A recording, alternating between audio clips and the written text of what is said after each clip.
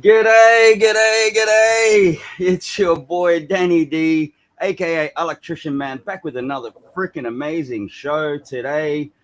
As always, I have my boy Crypto Lucky in the house. Yo, hey Alak-Azul. brother. Hey brother. Now, special guest that we're going to have today. I know Brett's sitting there in the studio. Brett, if you can hear us, brother, your devices are not connected. So you may have to log out and log back in and do your settings, and then we can add you to the stream. But we have Atlas, founder of ArkFi, joining us on the stream today, and also Brett Norden, one of the most amazing guys within ArkFi as well. They're going to be joining us today. And let me just switch over to the comments here. Woohoo! So, Alak-Azul, baby. Thank you. Thank you. And then we've got, let's get this crypto. Absolutely. Damn right. Alak-Azul. Welcome, guys. Please give us a thumbs up. We've got Atlas in the studio now, and we've got Brett in the studio now, so I'm going to bring them on. G'day, guys. Yo. Yeah, thank you for joining us. And check your audio and having a sound issue. Oh, dude. Okay. Hang on. It's all good. Can we hear you? I can hear you, Brett. Hey, how you doing? Can you hear me okay? Yeah, man, can hear you. Spot on. What's going on, Brett? Not much. Just a nice little Saturday evening here in Arizona. Yeah. Nice. There you go, man. Welcome to Alak-Azul Show. Thank you. And yeah, most people that watch the show already know what Alak-Azul is, and you'll work it out as we progress today. Where are you guys located? You go first, Lucky. No, well, I'm from Canada, but then we're out here in the Philippines right now. Oh, are you? Okay. Since, 2006, yeah. Do some crazy nonsense on this side of the world. Very cool. But I'm originally from Vancouver, yeah. All right. Yeah, I've been to spend a lot of time in Manila. I used to work with them. Dude. Yeah. Wow. Just ping us when you're here, man. Yeah, man. Like I haven't been in years, but I was in the semiconductor industry, and so I think it's time. I did a lot of business in Lagoon, not too far out of town. Yeah, so I used to stay in Makati and then travel out there. Yeah. It's a crazy spot. Like it's. I mean, I wouldn't even think about coming out here, but then I came here for one opportunity, and I just never left. This was back in 2006. It's a different world. So yeah, I mean, people who travel around the world, they understand this. It's a totally different world, and it's you know, it's. I mean, I love home. I miss home for sure. Home is home, but you know, same, man, same. Too much action going on this side. Yeah. Brett, I'm an Aussie, as you can probably tell by the accent, and but I've been over here for quite a few years now, so yeah. All right. Yeah, it's a big adjustment. So we got Atlas there now. I don't know if your audio is working now, bro. Let's see. Can you hear me? Oh yeah. Yeah, we can hear you. All right. Fantastic. Awesome. Yeah, welcome, brother. Great to be here. I greatly appreciate you coming on the show. The Alak-Azul Show on my channel, Alaktrician Man channel. You know, we don't have a huge following, but we've got a very strong following. We've got people that are here every week. You know, so it's really good. And I guess I probably should have given you a little bit of a heads up before you jumped on, but with having you here as guests. It's you can talk about whatever you want to talk about, plug your project, everything like that. My focus though is to actually bring you, the person, to the stage, right? In regards to when I follow a project, it's because of the dev, and it's the team behind it. It's not just about the tokenomics and stuff like that. So it's really about showing who you are and why we should believe in you, which I do. Yeah. So that's why you're on. that's Oh, and before we get started, happy Father's Day. Yes, on this side. Father's Day. So happy Father's Day for you guys over there. Yeah. Well, So, or all the fathers or guys who don't know their fathers yet, I guess. Yeah. Thank you, guys. Yeah, I have. I'm a father, so we celebrated a little bit today, but I'm going to meet up with my father tomorrow. So should be a good weekend. Nice. Yep. How many kids you got? I've got 4 little ones. Wow. Wow. Awesome, Yeah. man. Well, they're not all little anymore. I guess 2 of them are 11 and 12, so that's not super little. Oh, wow. But we do. Nice, man. We have one that's turning 1 in July. Fantastic. Oh, sweet. Yeah. So she's learning. She's crawling all over the place. She's learning how to walk almost, but I think it'll be a while. Okay. Yeah. Nice. Well, mine just turned 1 a couple months ago too. So. Oh, congratulations! We're almost twins, man. I got 4 too. I also have 4. Oh, nice. I'm trying to catch up to this guy now. Yeah. I've got 6 kids, man. My eldest is 31 this year. So yeah. All right. Eldest is 31 and the youngest is 10, turning 11. So there you go. So I'm an old man. You just had him real early. You got started early. Yeah. There you go. Danny, you look 31 yourself. How could you have a 31-year-old? I'm 52, bro. I'm 52. Started when he was 10. Yeah, man. I'm just right, actually. Old. It's been a crazy road. It's been a crazy road, but there you go. Cool. So I guess what we generally do, we just do a general chit chat. You guys can introduce yourself, talk about your project, etc., and then we just filter questions and we go from there. Brandon's just joined us too. Oh, here you go. Brandon in the house. What's going on, Hello. My ass is dragging a little bit. I'll be honest. I've had a long day. I was actually just on Crypto Unlimited 22's live stream for about an hour and a half, maybe almost 2 hours over there. But yeah, man, I'm happy to be here. You got the superstars on right now. Yes, the we architects have Brett in the house and Atlas. It's beautiful. So guys, I mean, most people out there know about Ark now, but please feel free, talk about it, let us know what's going on. Obviously there's going to be quite a few questions that'll come up through the from the viewers today, which I'm sure you can answer, obviously, and let's just have some fun with it. Just chill. All right. Why don't we let Brandon set it up? He's really good at talking about Ark. I mean, the blood flowing. This is the guy. I've been spending the day freaking sharpening my sword. Let me tell you.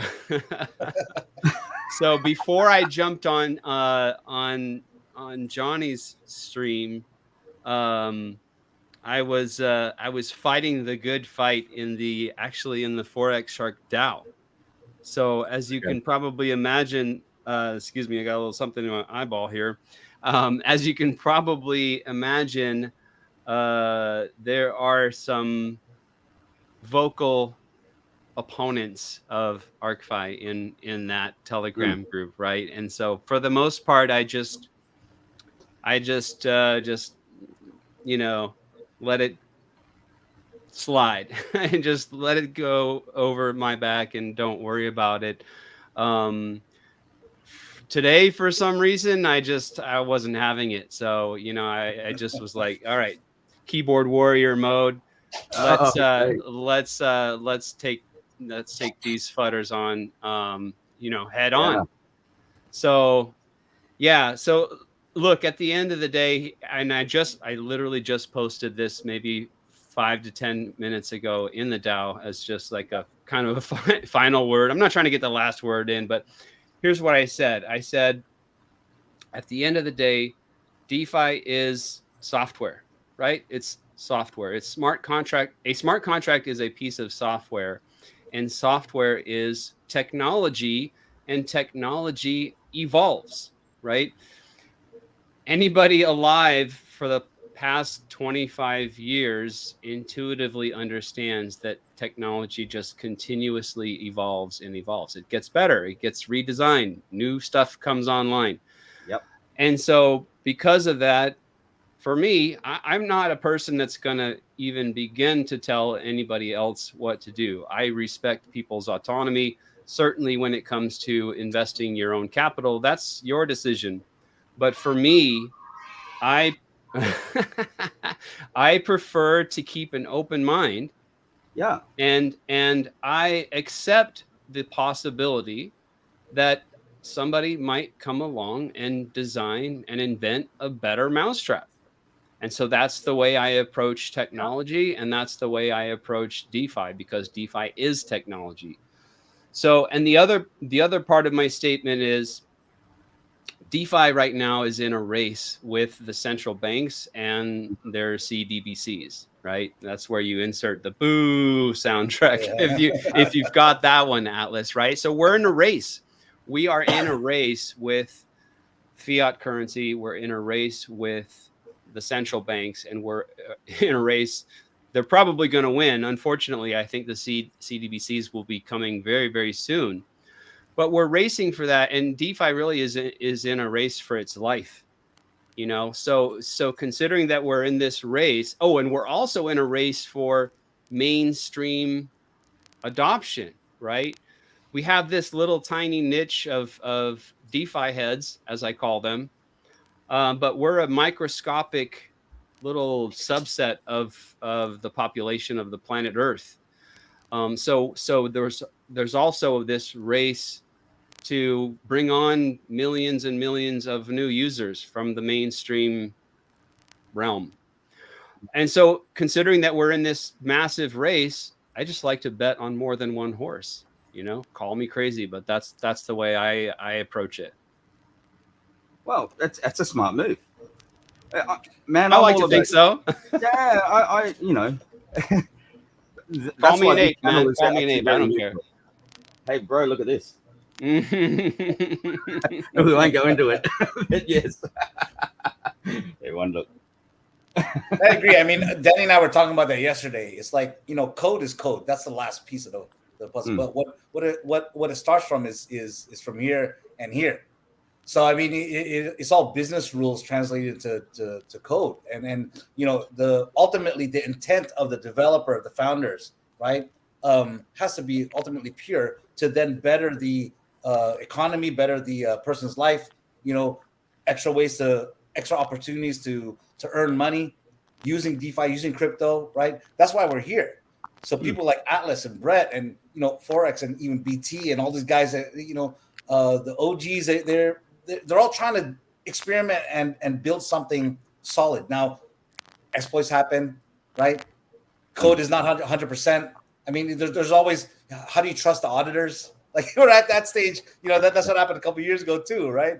Where everybody's trusting the auditors, but who knows, right? Are they the ones kind of messing it up and finding the exploits to exploit themselves? Like, you know, but yeah, it's very important to stick with teams that have that pure intention of building something solid, right? Yeah, and along those same lines, like I think there are people out there that believe that Forex Shark has a monopoly on being honest. You know, he has a monopoly on integrity. He has a monopoly on ingenuity, but that's not the case.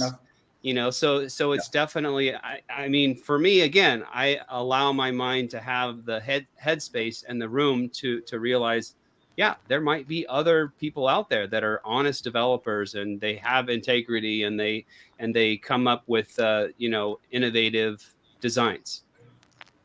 Absolutely. Absolutely. And I feel like I found that with Brett and Atlas. Yeah. In spades. Yeah, man. So, that's good. And there will be more coming, you know, in the future, right? And like you said earlier, technology doesn't stop. It's gonna move whether we like it or not. us as retail investors, if you want to call it, it's up to us now to build strategies around that. And now if you want to be a maxi on one project, you're more than free to do so. But I mean, you know, you want to bet all on one horse, like you said, or just diversify. I think that's a smarter move. Like, it's just like, it's almost common sense. Yeah. Yet you also want to dig into, you know, they always say not financial advice, do your own research.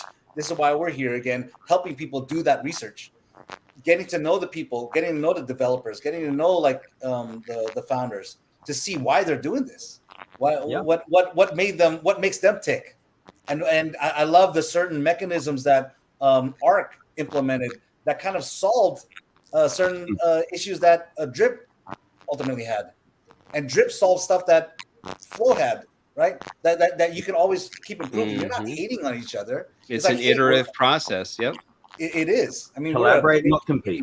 Really, you know, if everyone can come together and help each other out, collaborate, not compete. That's my book. That's why this channel is actually very neutral. Yes, we started off in the beginning. It was like drip, drip, drip, drip, drip, because we had a bad taste of something else that happened before. But again, I've always been neutral. This is not just talking about drip. I mean, we've had Gangster Finance on here. We've had people from other protocols. Now we have, you know, ArkFi on here, and it's really bringing it back to the people. Okay, you know, and just letting everyone know that the developers, although like hats off to them and hands up in the air to them, you know, a lot of developers are seen as like godlike figures that have just appeared out of nowhere, you know. I want to bring it back and show that even these people that are godlike figures are actually just real people. They had to start from somewhere. Okay, so I'm interested to know from Atlas and Brett. I mean, where did this come from? Like, why did you decide to do this? Whoever wants to go first. That's a long story. We got time. It's going to be 3 a.m. and we've gone over that a lot. Okay. I don't think it's so much from where. I think it's more about the direction of where we're going. Okay. Hey, Atlas, are you guys getting a little bit of a crackle from I Atlas? was just about to ask. I am getting a little bit of static as well. Yeah. You go ahead, Brett. I'll restart my audio. Okay. Quite a lot. Go first. Yeah, thanks, guys. That's a great introduction, Brandon. I think, you know, just along those kind of lines, and we'll get into the kind of the origins and the roadmap and things. I think that kind of tells you where our minds are and where we're headed. But if you look at those different projects or platforms, I'm a drip investor, have been. That's kind of where, you know, I came into, I guess, heavy into DeFi was through drip initially, and, you know, started exploring the different protocols. And I think unless you're an investor in the space, it's very hard to understand that mindset and sort of lead with that, you know, with that passion and idealism that investors all want. I mean, we're all here to make money. We're all here as investors to diversify, I think, and have a better chance or a high probability of success in this space. And if you just target one protocol or one platform, I think your odds of success in that regard are a lot less. And so to me, it's all about diversification. It's about finding teams and projects that you can sort of, you know, get behind. I don't want to use the word trust necessarily, but at least understand the risk that you're taking when you're investing into DeFi. And there's a lot of good platforms and opportunities out there. And as I've become part of a team, I've seen sort of the underbelly more and more because there's political games that are played behind the scenes. And you mentioned, you know, the Forex DAO, and there's other groups as well that have these type of discussions. And some of the discussions are negative, and it's never nice to see, especially when they don't fully explain or understand or, you know, give a really good view or picture or balance, I would say is probably a better word, a balanced view of the situation in a lot of cases. And if you look at the roadmaps of the projects, you know, even the ones that you mentioned, Drip, Elephant from BT, you know, sort of these bankroll flow platforms that have come through, the roadmaps are really, really different. And so the intent of the developers is probably that much different as well. There is always common ground, but you have to start somewhere And the ROI DApp space being one that was extremely attractive, a way to build a really strong community around, because of the viral nature of the referral program and just the opportunity to make a really nice passive income, it attracts a lot of people. And so when you're looking at, how do we start a project and then where are we planning to go, you have to have an idea of both a short, a medium, and then a long-term vision for the project. You can't just start out and say, well, I'm going to make a bunch of money and then, ditch out. And that's what we've seen a lot in the space. Unfortunately, there's a lot of teams that take that path and there's no real long-term commitment, and if they struggle, they tend to, fold under pressure, walk away from the project, whatever it might be, which creates a lot of negative sentiment in the space. It's never good for DeFi. It's never good for the mission that we're on, as Brandon mentioned, is to give people an alternative, really a parallel economy to, this overseeing CBDC system that seems to want to keep creeping into the mainstream here. So I think we're all, if you look at Forex, BT, what we're trying to do at ArkFi, even some of the past ROI dApps, I think a lot of them had the same intentions in a way, but just different ways of getting there. So to me, it's not about, the nuances. You could argue those all day, I think about the approach of teams, decentralized, a hybrid model where you have some centralization at the end of the day, mutability versus, the ability to be flexible and adjust contracts and things. I think that's what the discussion was about, I think, Brandon, with the DAO. But, at the end of the day, we're trying to create a long-term runway for the project, for the investors, to give the ultimate end goal a chance. And I think we revealed what our roadmap is. We're positioning ourselves as more of a fintech, more as a crypto bank at the end of the day. And we know we need different layers to provide a full suite of products and services to our investor base. And so that's what our roadmap really sets out to do.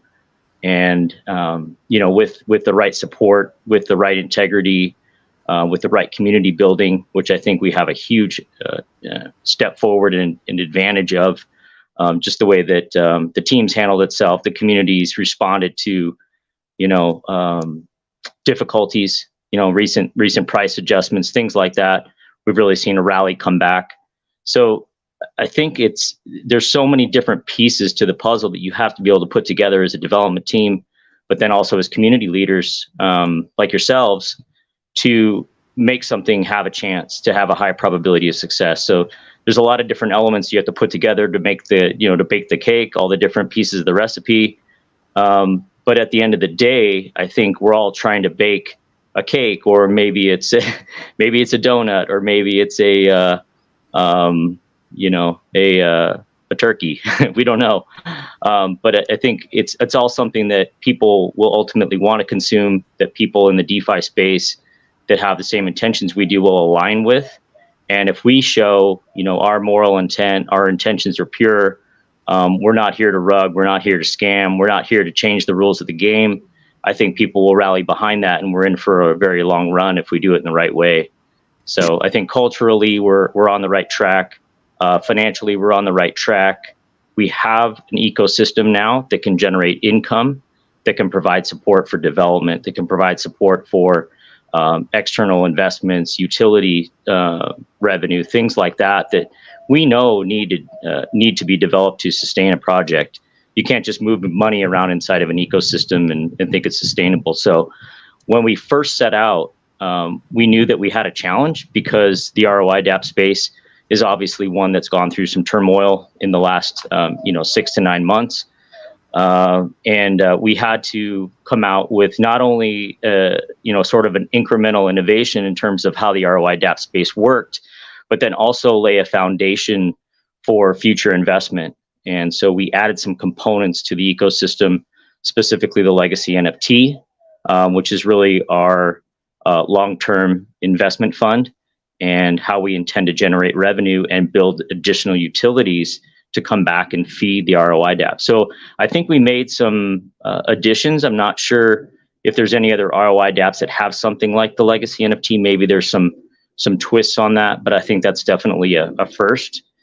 In addition to the mechanics that we adjusted inside the ROI DAP to, give it a chance to be more sustainable, give it a longer term opportunity, to give us time to build. And I think one of the misconceptions out there is that it's not only extremely difficult to be a developer in this space, find talent, recruit talent, and maintain talent, but it's also very, very difficult to generate, I think, the right type of products and services that people are going to want to get behind, in addition to the yield products that you might build. And so, being a developer in the space, I would say, is not as simple as people might think. It's also very difficult to raise funds, in a bear market like we have. It's been very, very difficult in terms of just a lot of liquidity being available for people to sort of throw at projects. When we entered the space, everything was in decline. And so we already had an uphill battle. So not only did we have to overcome kind of the fears that were in the market after, some of the downturns, and it's escaping me what happened right around that time. But it was the FTX scandal. I was going to say SBF. FTX. Yeah, the FTX thing. Luna, and then, yeah, we had Luna, and then FTX, and we sort of had a stacked deck. And I think people have a misconception that the money's just going to come out of nowhere, and these teams will just volunteer their time forever to just build this ultimate utility. And they always are asking the question, when utility or when revenue or whatever it might be, but it takes funds and it takes infrastructure to be able to create things like that. Those take longer term commitments and time and money and things like that. So you have to find a way in the space to either be able to raise funds through a decentralized way, like a group of investors, a community of people that get behind the team and the movement, or you go to outside sources, venture capital, and then you have a whole other host of problems with control, flexibility, and just the bureaucracy of those type of organizations. So we chose to go this decentralized route and build what we see now as ArkFi being a way to buy crypto, earn crypto, spend crypto in a very private way, and that's what our roadmap is laid out to do. So that's kind of my intro. Atlas, are you back? Let's give it a shot and see if that improved. There you go. Yep, we can hear you. All right. Okay. Thank you, Brett. Yeah, absolutely. It's been an amazing journey, but through it all. I'm still kidding. Unfortunately, some static. Is that that's just okay? Yeah, it's a little bit, but that's okay. We can still go through. Okay. Where Yeah. are you coming Yep. from here? Hold on a quick second. Is that any better? Yeah, it's okay. All right. We can hear you. Okay. Well, I'll try to be brief. It is not comfortable when you're having issues with connection. That's okay. Through it all, we've definitely done, I think, a fantastic job. There's a big difference when it comes to Ark, and it is really a team with different disciplines and different skills coming together. It's not the lone developer. That's not what we do here. This is a very, very large team that continues to grow, and everyone's really bringing to the table their set of skills that, when it's all combined, makes something of great quality. We started with the ROI DAP. We raised $1.3 million in a very difficult time, specifically in the ROI DAP space, as there was a project that had really hit a brick wall, and there was a lot of unsatisfied, unhappy investors who were experiencing some trauma. They still continue to have some PTSD, they say. But we raised $1.3 million, and then we continued along. We held a fantastic dynamic range for almost 6 months, and we definitely noticed there was a shift in the focus of a lot of investors. This was when the Pepe came along, if you guys remember, and there was a lot of interest for those 100x opportunities. It just seemed right there for the picking and the grasping, low-hanging fruit. Boy, combination of a few factors came in and got the best of us, got the best of, I think, the attention that was happening. And we've had to, power on through that. We had a bank run happen on the foundation that was absolutely a heinous debacle, something that we initially anticipated could happen, but we didn't think that to save $50, folks, would pull out of that and really destroy a fantastic investment that was just printing constantly at the highest level for so many folks. It was unbelievable. And it's sort of that thing where you give people the chance and you think they're going to do the right thing. And they're going to think long-term, because we've always said here, this is a very long-term investment. The ROI DAP is the first piece into so many bigger projects that are going to be layered on top. I don't know if you, Danny, or Crypto Lucky have had a time to really look at our roadmap or review the roadmap presentation that we gave a couple of months ago. Yes. What we're building, what we're doing. It's very different. We're moving to Polygon. We saw the writing on the wall that there was going to be problems in finance, and our great leader CZ would be under attack and chased around the globe. And understanding that we have to go where the money's going, where the big companies are going, where they're building. Mercedes-Benz, Bentley, Disney, Starbucks, the list goes on and on and on. We do not believe crypto is going to die anytime soon. On the contrary, it's going to continue. It's like, I look at it as being water.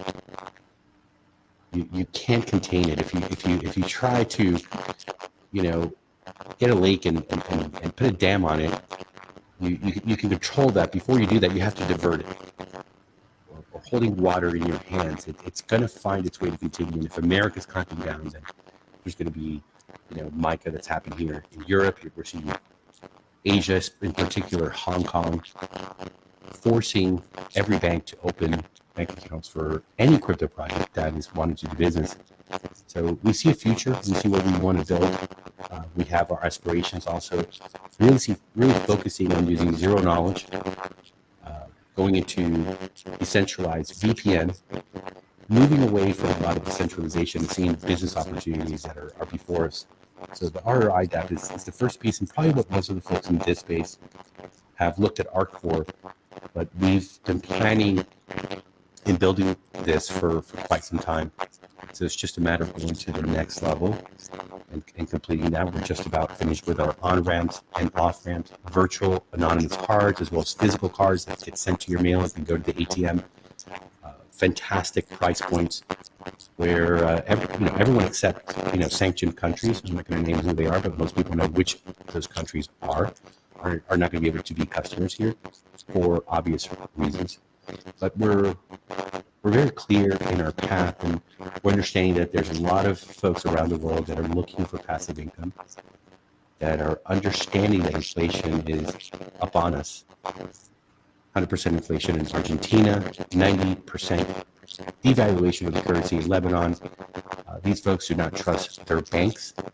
They trust the dollar, but now you see BRICS. You see there's a shift happening too from not even trusting the dollars.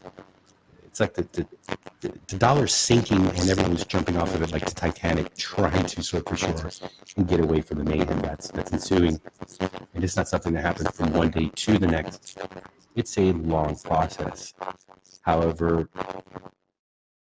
it's clear that we need to find methods, we have to find products, and we see a lot of opportunity. And one of the great things about ARK is as things unfold out in the world, whether it's through inflation, through SEC, whether it is through more printing, as we understand we've had in the past 4 years, more printing of fiat currency in the United States than the whole history of the country.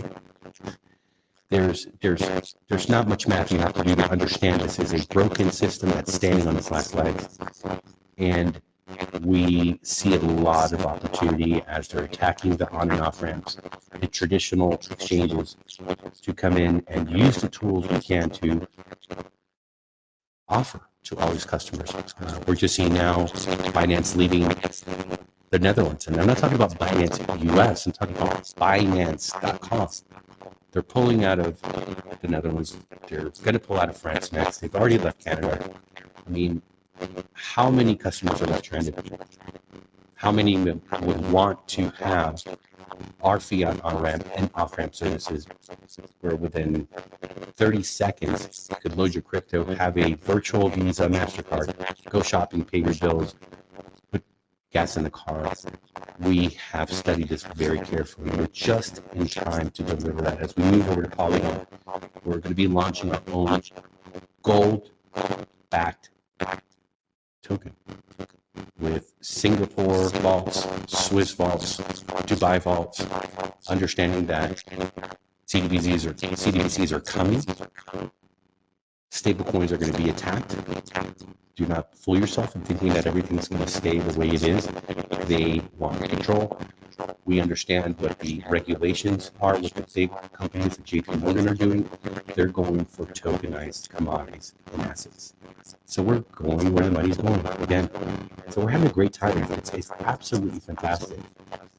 You know, going over to ZK EVM, pairing Ark to Gold, and offering that on every other chain that's possible that every human could access to. As folks want that exposure to an asset and getting away from the fiat dollar system.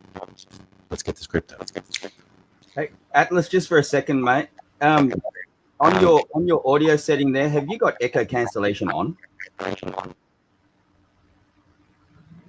If you go to your settings and go to audio, maybe just put echo cancellation on and make It's a new system, and I'm just getting around. I had my technician here for 4 days. Flew him over to the Ark HQ. He just got into play for a couple of hours, and okay. Not sure. Let me check something here. There's something in the routing because there's a lot of peripheral devices here. Yeah. Is that any better at all? I'm turning down the game. No, I mean we can still hear you. It is just a little bit like echoey. Yeah. But yeah. Go ahead. Oh, now mine's cracking. What was that? Yeah. Hey, Atlas, maybe can you switch over to your phone? Yeah, I can. Yeah, that's probably better.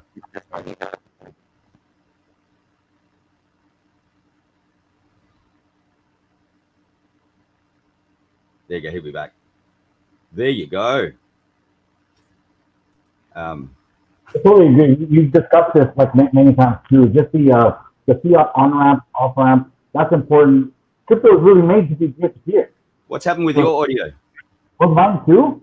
Yours is weird. You sound like you're in a fishbowl or something. Yeah, like you switch to a different audio. Darth Vader mode.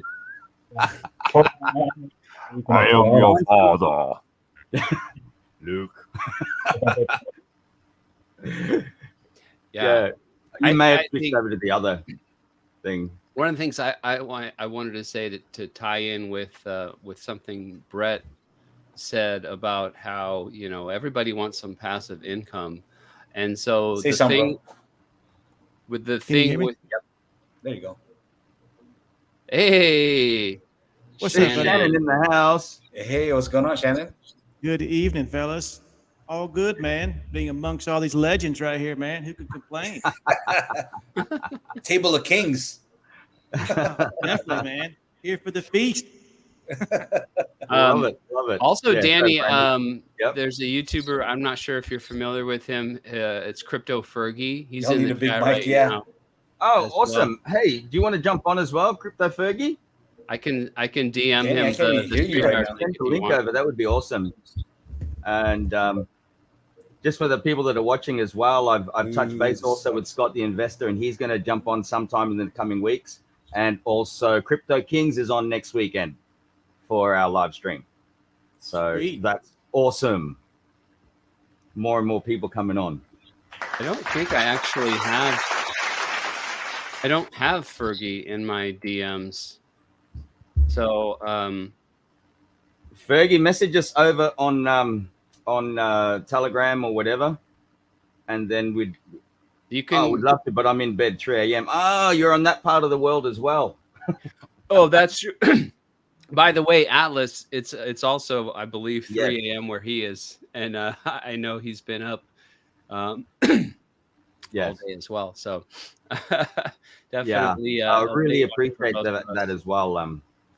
The fact that they made time to fit in with us, and I got to apologize as well. I'll do it publicly. Last week, actually, Atlas was expecting to jump on the show last week, but I didn't actually schedule a show because for some stupid reason, someone cut their fiber optics in the street.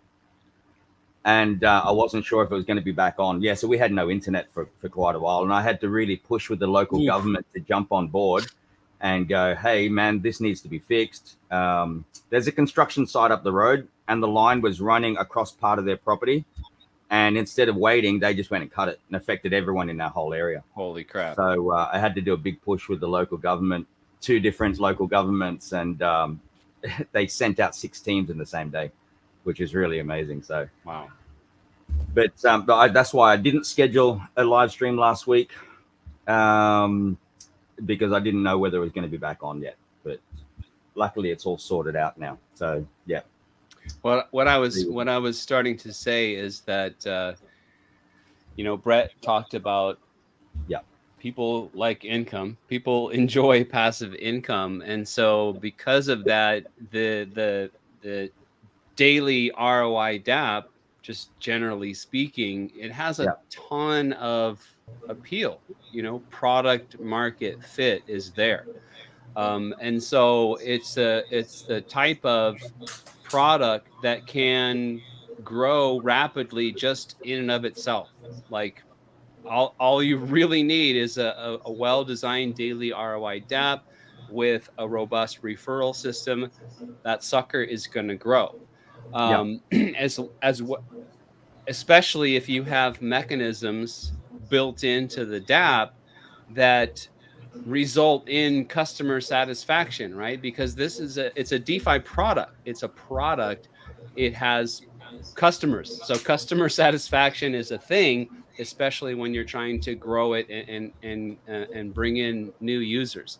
So all of that is great, but one of the ways in which ArkFi takes it to a whole nother level is the concept of external revenue.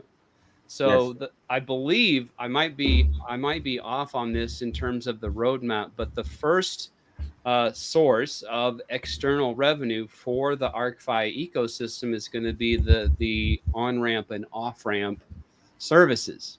So these are services that are going to be out there deployed in the entire realm of crypto and DeFi, not just for our tiny community in Ark Finance, but all of DeFi, all of crypto can utilize these on-ramp and off-ramp services. And with every transaction, there's a service fee. And where does that service fee goes? Well, at least a third of it goes directly into the ILC, which is the heart and soul of the ArkFi daily ROI DAP. Yeah, another third goes to the legacy NFT holders. Again, correct me if I'm misstating anything, Brett or Atlas. But so I think that's really exciting, and that's something that's unique as far as I'm aware in this space, in DeFi, in the realm of daily ROI DApps, that we actually have external revenue from a real world business or businesses that's going to be pumping capital into the ROI DAP above and beyond just the normal organic growth of the product, because it has such a tremendous product market fit. You got it, Brandon. It's the problem. Mic drop. Yeah, no, it's the problem to solve that we knew well in advance. As I mentioned, it takes time and it takes money to build those things. It's just a matter of economics, and it's more an outlay than I think people expect if you're going to do it in the right way. And then the beauty of the ROI DApp is it tracks users. So you have an instant user base. We also have a DAO. And so we have a built-in test group. And, people pay a lot of money for product test groups. If you're in the marketing business, or in the product business, to get people to use your products, test your products before you release them to the market is not an inexpensive thing. And the type of level and talent that we're talking about, building out these on and off ramps and the DVPN and all these things, these are very well paid professionals. The idea, I think Atlas mentioned sort of the lone dev, out there with the hoodie on, cranking away on the keyboard. Those days are kind of over if you want to be able to compete in this space. It's matured to the level now where if you're not bringing real world business experience into crypto, you probably don't have a really good chance of raising capital, building and continuing to build to the point where you can reach, the critical mass where you're starting to get economies of scale. You have a user base, you have a customer base where when you plug in a new application, whether that's a DeFi application or, an on and off ramp product, a banking product, whatever it might be, when you have that user base already in place, you're getting instant revenue, you're getting instant network effects. And as you mentioned, these products are not specific to the Binance Smart Chain. They're not specific to ROI DApp users and this little corner of DeFi that we all know, that started with Bankroll Flow and sort of evolved now into several different projects. But it's a really nice, large community. So if you can use that as a springboard, at least to get going and do things the right way, I think you can experience those network effects even faster than if you were starting from scratch. And so that's why I think the ROI DApp is very attractive to get going. But knowing that, our target audience is outside of this little corner of DeFi and really in the larger cryptoverse. But then even beyond that, you started to touch on, the presentations and the sales funnels and some of those things that we have coming to try to bring in the real world investors that are just getting their feet wet in crypto or know nothing about it at all and need to be educated, onboarded, and brought into not just our ecosystem, but then the broader crypto space and DeFi as well. Yeah, Brandon was talking about how innovation was evolving with ArkFi, and I think the way that ArkFi is presenting themselves with their marketing tools, that's just something extremely to be excited about. And I'm excited to be partnering with that, with these Zoom presentations, and just the way that they're really going after the average Joe. And Brett just mentioned about the folks that aren't familiar with DeFi. That's just a huge way to tackle it. Majority of all the money, we talked about this a couple of weeks ago, that's circulating within this DeFi space is been circulating in it for years. It's the same folks. 80% of the people in Ark and Grip, they're all on the same thing. It's the same money circulating. So, to be able to break through that barrier, to be able to get into that average Joe, that type of money to bring in new investors, that's huge. That really is going to open the doors, I think, to hundreds of thousands, of new investors into Ark. That's just really going to be a and big, on that note, I'm just going to play this video one more time.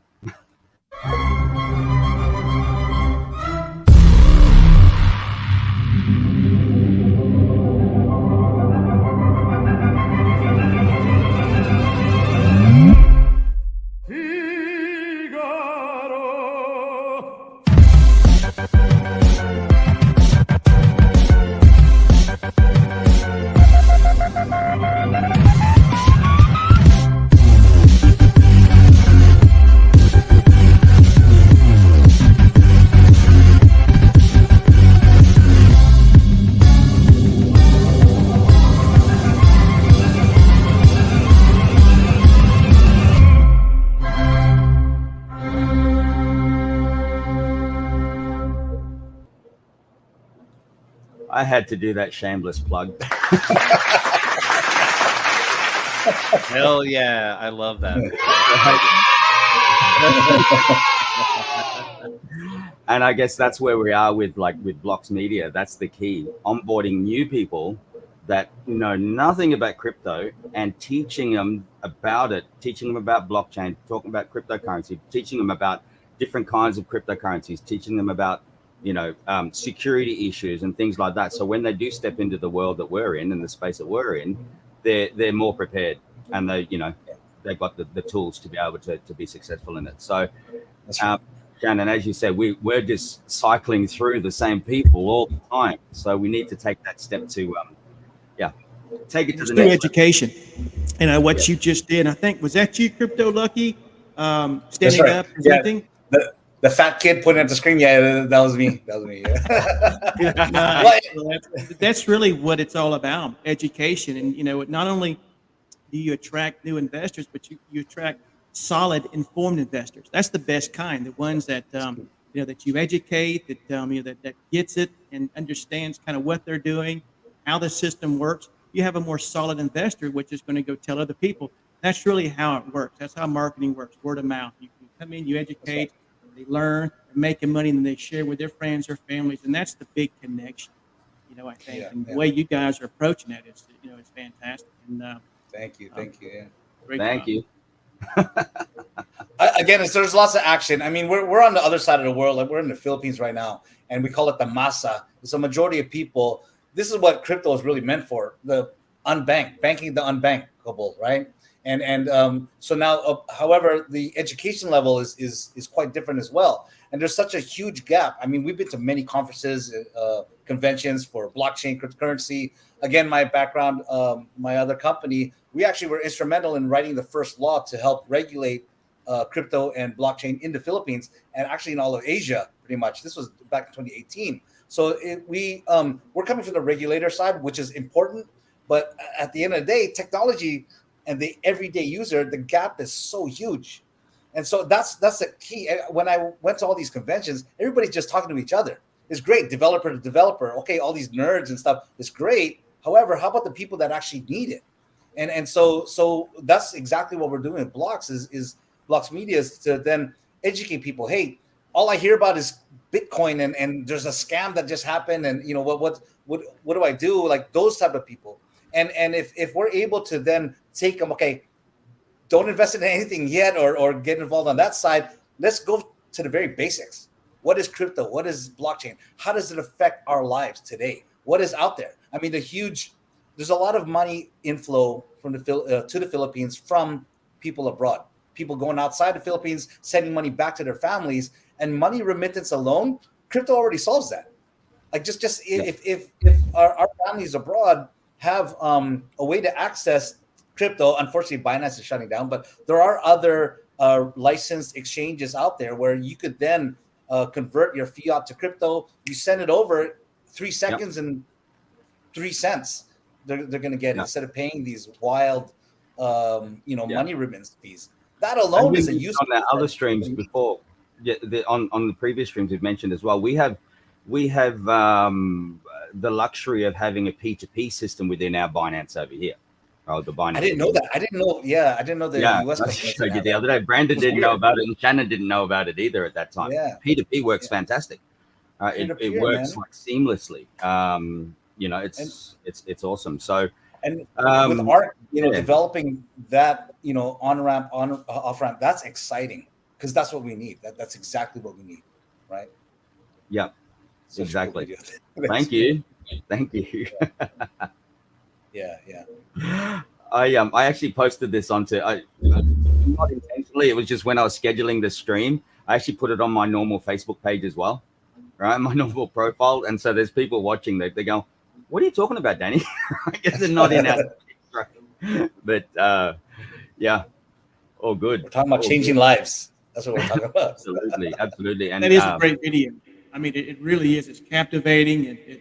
Brett, what do you think? I know Brett's into capturing and doing these things, and that's pretty sharp, isn't it? Yeah, I loved it. It was cool. Yeah, definitely. I think will attract a lot of people. I like you said, there's always those narratives going on, the setting the fear into the market, and that's it's a delay tactic for the control mechanisms, the people that control the media and obviously control the financial system. they want people to stay out of crypto as long as possible so they can set up their infrastructure to capture as much of this liquidity that's going to flow back this direction, and keep people away from, you know, the dangerous DeFi world, and they'll make it safe, right, for everybody. So yeah, I think an education is one of the cornerstones, I think, that Atlas brings with his leadership, not only his team building skills, but and obviously he's an excellent communicator and educator himself, but then just bringing that culture and breeding that culture of incentivizing the community to get involved in that and to build these. I think it's one of the key pillars of the early success of ARK, and I think the future growth of ARK is going to be that, you know, that spearhead that we've given it. You know, we can set the direction, we can set the strategy from a team perspective, but ultimately we need the community support, and we need the you know, the time to be able to put these things in place. They don't happen overnight. And I know Shannon and Brandon are on the team that we have of educators that are going to be presenting not just the ArkFi opportunity, which obviously will help accelerate things for the investors that are already in ArkFi, but also the onboarding and the education needed to bring people into DeFi and educate them on why DeFi is important, why DeFi is a necessary thing right now, not only from, you know, to take back control of our finances and obviously create an opportunity and a choice that you might have in the future, but also why, you know, why DeFi can help change your life, can help, you know, put you in financial control, but then also give you potentially a future that looks much brighter than what it might look like right now. And banking the unbanked is a part of that. Creating a passive income is part of that. Privacy is a part of that. And so we're all trying to keep that as much as we can and preserve it as long as we can, knowing that there's a complete opposite end of energy, forces, currency that's trying to take control of the current system and convert it into and make it look like it's a decentralized thing, but it's decentralized at a blockchain level, but not an infrastructure and ultimate endpoint level where the on and off ramps are controlled, where the money itself is programmable and can be used for potentially nefarious things. So yeah, I think that's the real. We have to create these platforms, and we think, you know, what ArkFi is doing, I think, is a good thing from not only a leadership perspective, but also from just a general moral sense, and creating a channel and a sounding platform for DeFi, and then also, you know, sending people back to ArkFi as well if they're interested in passive income, if they're interested in the utilities we have to offer, then that just creates a win-win scenario. Yeah, I think another piece of that, in addition to the great, you know, product market fit that we have with a daily ROI DApp and that ability to earn passive income, and I am very happy to be part of that up and coming affiliate system, and to have another opportunity to talk to people about crypto and DeFi. I'm super excited. That's what I love to do. But in addition to that product market fit and that appeal of passive income,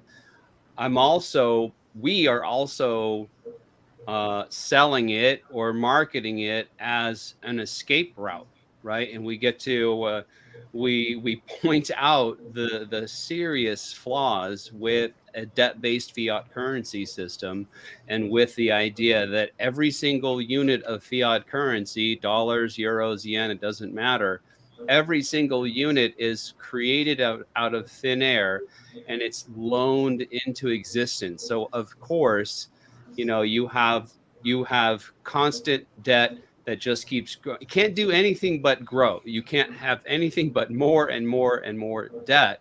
So it's no wonder that we just have runaway inflation. And so getting into being able to tell these people, look, this is why the current system is so screwed up.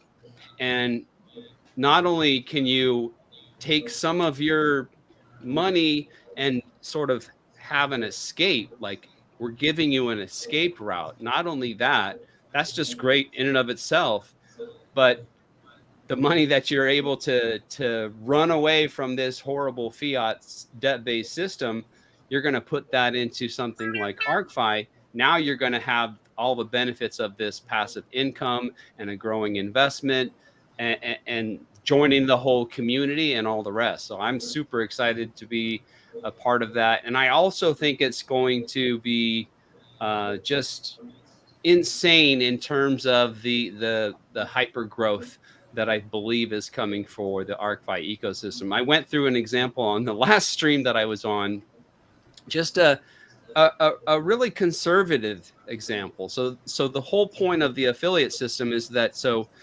influencers, not necessarily crypto influencers, but just influencers in general, of which there are millions and millions these days, right?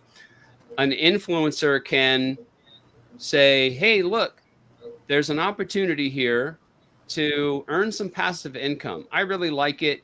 You should go check it out, says the influencer to their 5 million followers. Okay, so a certain percentage of those followers are going to click the link. The link takes them to our ArkFi affiliate system, and all of the onboarding function, all of the explanation, all of the opportunity shilling, if you will, is done. All that hard work is done by folks like me and other people in the ArkFi community. The influencer that instigated that relationship doesn't have to lift a finger. They literally just post a link under their YouTube video, on their Instagram feed, whatever their platform is, where their followers are following them. They just post their link. We do all the heavy lifting, and that influencer gets the spoils. They get a payday at the end of that for each person that we convert and get them to invest in the ArkFi ecosystem. So just the example that I gave is, let's say we have a conservative example of an influencer that has 1 million followers.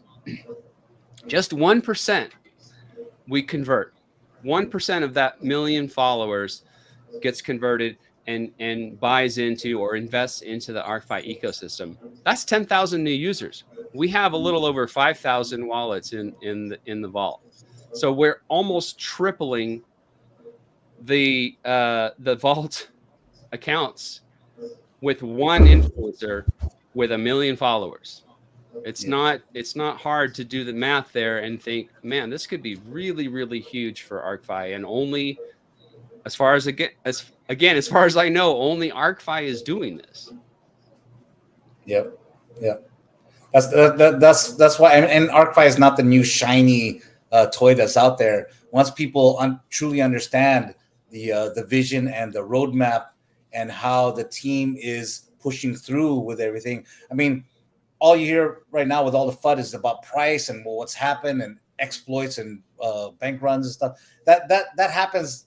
It doesn't happen all the time. It's just that's part and a risk of just the whole crypto space in general. However, what's more important is the true values of the development team. I know I'm repeating myself now, and that's what's key, because once people are on this in the DeFi space, they go down this rabbit hole, and it's just this whole new world is open to them. But people tend to get lost. So what we're really trying to do is making sure that everybody understands who are the real players in the space, real key players and true players in the space. And now, as true influencers, true integrity. People in influencer marketing. Oh, Alak-Azul. Dude, hold on. I have to do this. Alak-Azul. Should I do this with you? Oh man, bro. Oh, shoot. Oh, man, I'm jealous. You got some. I got some. Yeah. The show's not complete without me doing at least one. I'll do coffee. It's still early. Coffee. Cheers. I was eager to jump on the stream, but I was thinking about making myself a big old bowl of microwave popcorn and sitting here on stream eating popcorn. I might still have to go do that and just take a break here for 5 minutes. Yeah, you can do that. But just going with what my boy Lucky was talking about there, it all kind of fits in. I'll wait for him to come back, but it all kind of fits in with the other stuff that we're working with at the moment. Hence this. And I've stood up a few times. Brandon and Shannon know a little bit about this. Okay, I'm not using this as a platform to really plug this, but it's all about community, right? Educating the community. Like with ARK, obviously, look, I'm happy to like shill and promote ARK because I truly believe in it, and I believe in the integrity of the devs. Atlas, Brett, you know, that's why you're on here. Okay, because I truly believe in what you're doing, and I want to give you this platform to actually reach out to the community as well. But something that Eric and I are involved with, Lucky and I are involved with, he's coming back on now. I want him to be on here when I play this. You there, bro? Dude, sorry, can you guys hear me? Yeah, we can hear you fine. I threw away these cheap ass headphones. Hold on. I took the other ones, the good ones. So I was even saying something too. I'm going to play the video, bro, just so I know we weren't going to do it, but I'm going to do it right now. And guys, keep an open mind. This is not for children anyway, but I'm going to play this just a sec.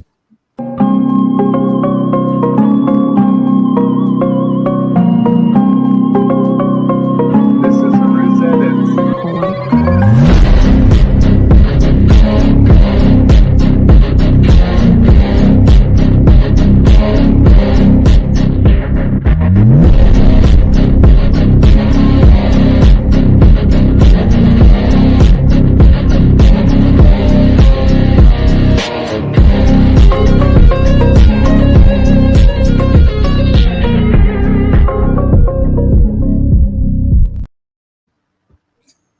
There you go.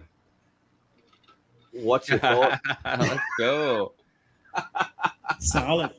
I will not be saying the F word on any of my streams, but No, yeah. FTR. FTR. But basically, we're involved in something which is a movement, and the movement is basically, well, for one, to keep everybody in check, and make it a much more comfortable transition into the crypto world. And it's a community coming together to, to keep everyone in check. And no one should be worried about it because we're all people of integrity, right? That's right. That's right. There you Absolutely. go. So we invite everybody to join the movement as well. It's a great movement, right? Just not just exposing the rugs. Again, exposing the real opportunities out there, right? And I think that's more, and getting the community involved all the way from blockchain explorer analytics, right? And to check to see different accounts and code developers, kind of reviewing code to help see if a project is valid and there's no holes. And the community. I mean, there's a tremendous value to knowing or having confidence that okay, here there's this landscape of 1,000 different protocols, which are the ones that we can trust. And for me, I just got incredibly lucky, right? I've literally never been a victim of a rug pull or even an exploit, just because the first DeFi protocol that I got involved in, other than PancakeSwap, which is also not a rug, was Drip. My friend just happened to be involved with Drip and knew Forex, or knew him from the the chat group and everything. And that was it. That was my first experience. And from there, I've never been rugged, but that's very uncommon. That's very rare for people to get into DeFi and completely avoid all of the pitfalls and landmines that are in this space. So I think there's a lot of value to that, to being able to join a community before you even invest that first dollar. Yep. You already know, okay, well, here's all these platforms are legit. You're not going to get rugged. You're not going to get scammed. There's not going to be an exploit. There's different flavors here. There's different opportunities. Some are better, some are worse in terms of their tokenomics or whatever. All that due diligence goes into that. But at least you can start off on a solid footing of not having to worry about, well, this dev is just scammed all of us, and boom, I lost my whole investment. Crap. Yeah. Well, you're definitely Where- lucky. Where were y'all at before everybody went crazy with all of these hedge funds, like Relife Fund, Circle, Cat, Mist? I mean, every one of those were rugs. Every one of them. You know, some sooner than later, but it's just that there's a big need for that, for sure, no doubt. Nice. Yeah. There you go. Yeah. Everyone's quiet. Well, no, you're definitely lucky. You didn't experience any rugs.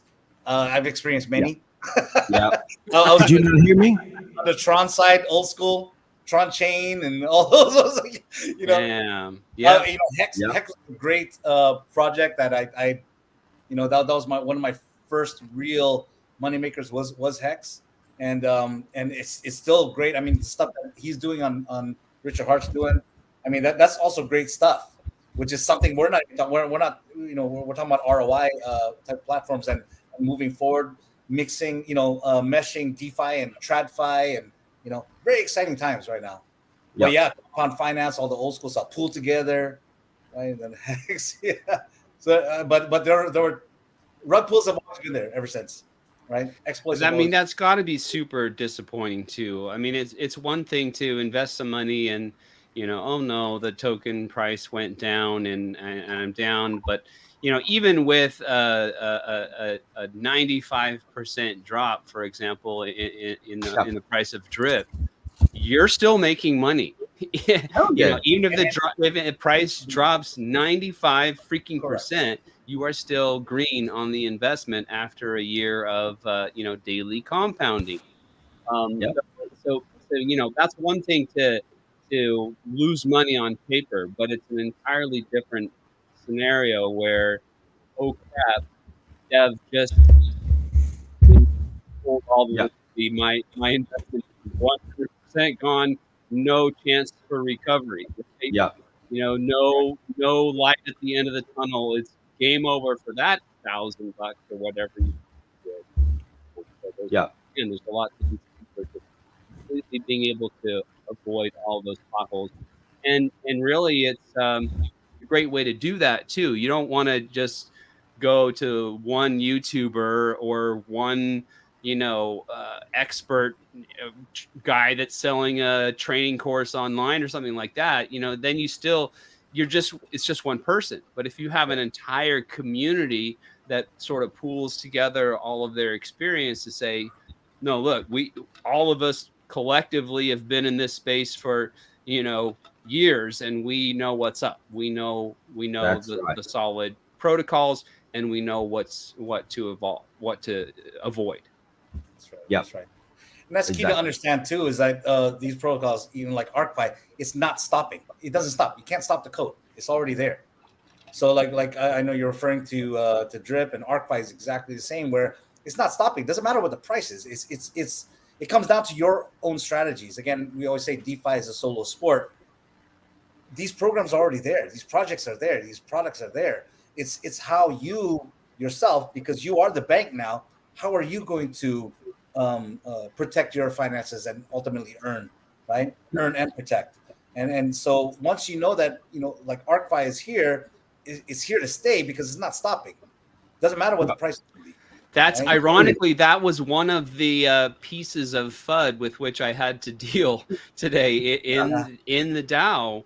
Is somebody said something like, well, you know, in ARK, everybody got wrecked. And I'm like, what are you talking about? No one got wrecked. I mean, the price went down, but so did the price of Drip, so did the price of dogs, so did the price of pigs. Doesn't mean anybody's wrecked. It just means we have to like rely on our strategy that we formulated to begin with. I mean, if you're doing it right, then you know you make a plan before you even make an investment. That's something that I do every day with trading. Every position I take with trading, I have a solid plan of exactly what I'm going to do no matter what happens with that trade. And you have to do that. You have to approach your DeFi investments with the same mindset. You have to have a plan in place, and you don't go like, oh, the price went down 80%. I guess it's over. No, it's not over. You're still in the position. You still have the investment. You're still getting your rewards. And let's see what happens. That's absolutely. Until recently, I'm still making, and I say until recently because I some reason can't load my webpage anymore. But I can still do it via the blockchain, but I'm still making money on flow to this day, and it's a dead project, but I'm still making money on it. Well, it's not dead because blockchain still exists. Like the smart contracts are still there.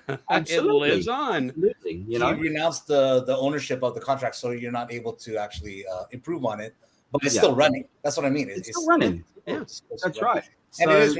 I'm surprised that wasn't a DAO conversation, because I'm not putting anybody down. It's just everybody has a different level of mentality, different level of education. And if they're talking about price as a key point to either argue or kind of get emotional about, it's surface level, right? But if you're able to dig deeper into what's really going on, I mean, that's key.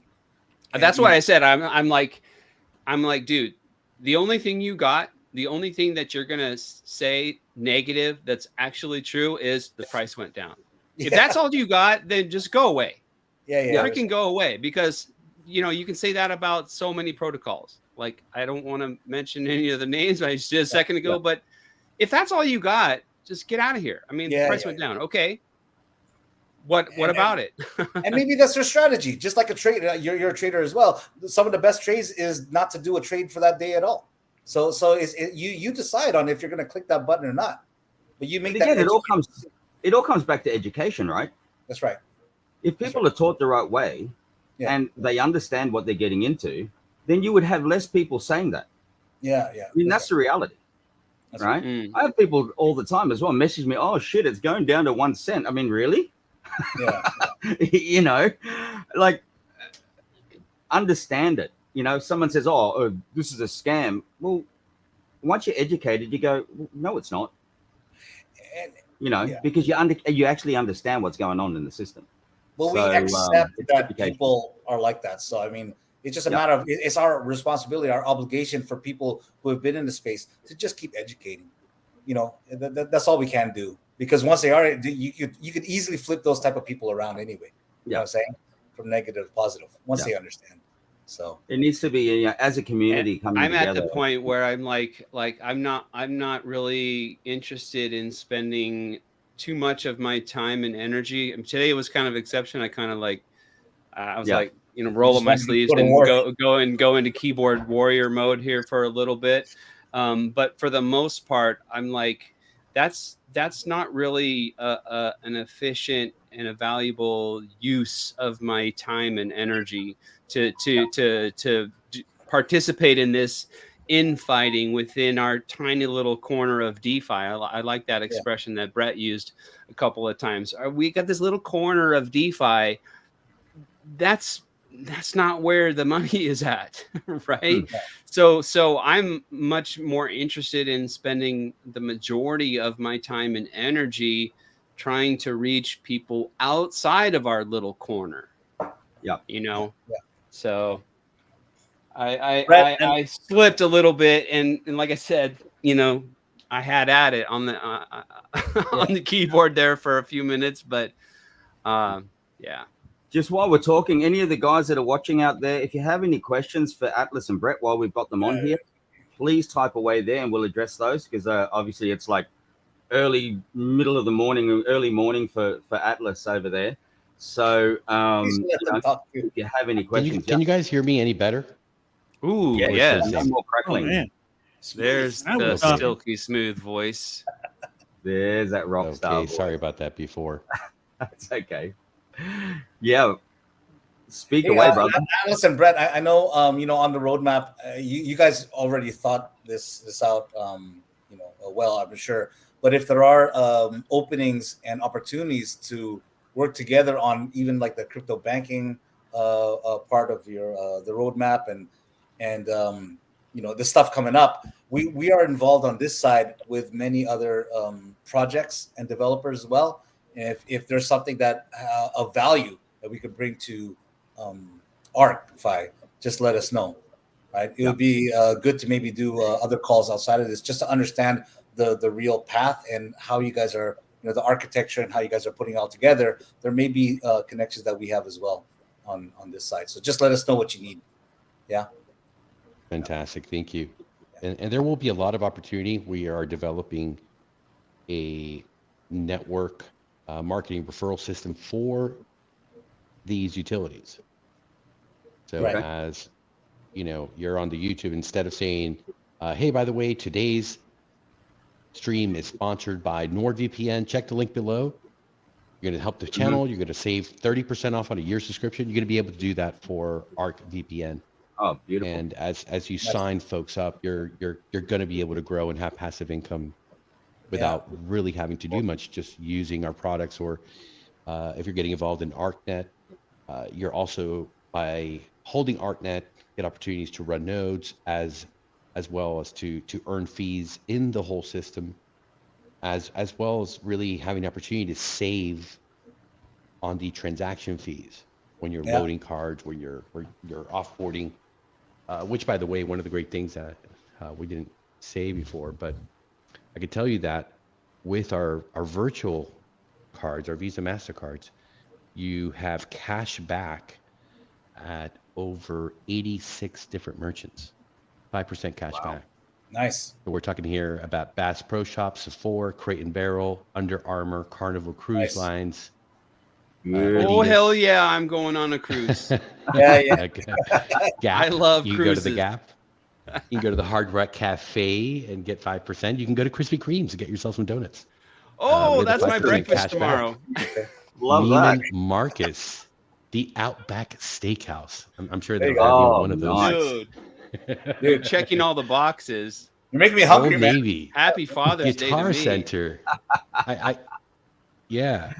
see you guys. Danny, you've got a couple guitars there in the back. Oh yeah, man, just a couple. I think I've got 12 in here, to be honest with you. So you can go to Guitar Center, right, with your crypto, load it onto our cards, and go purchasing, get 5% back, just by using your crypto on the card.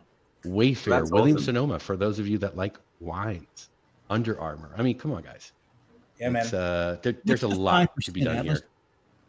When you get the 5%, is it? Is it just USD or is it crypto? What is the 5% back paid out? I haven't used it yet. I haven't gone to the store. We're still in the part, so I don't know if it's just a 5% discount or they give you a load back. I haven't gone yet, but maybe this week we'll let you be one of the chosen ones, right? To go let up. I'm gonna drink to that one. Yes. Alak-Azul. That's awesome. Hey, 5% cash back on Azure as well. Well, there you go. Yeah, I'm Alak-Azul. Yeah.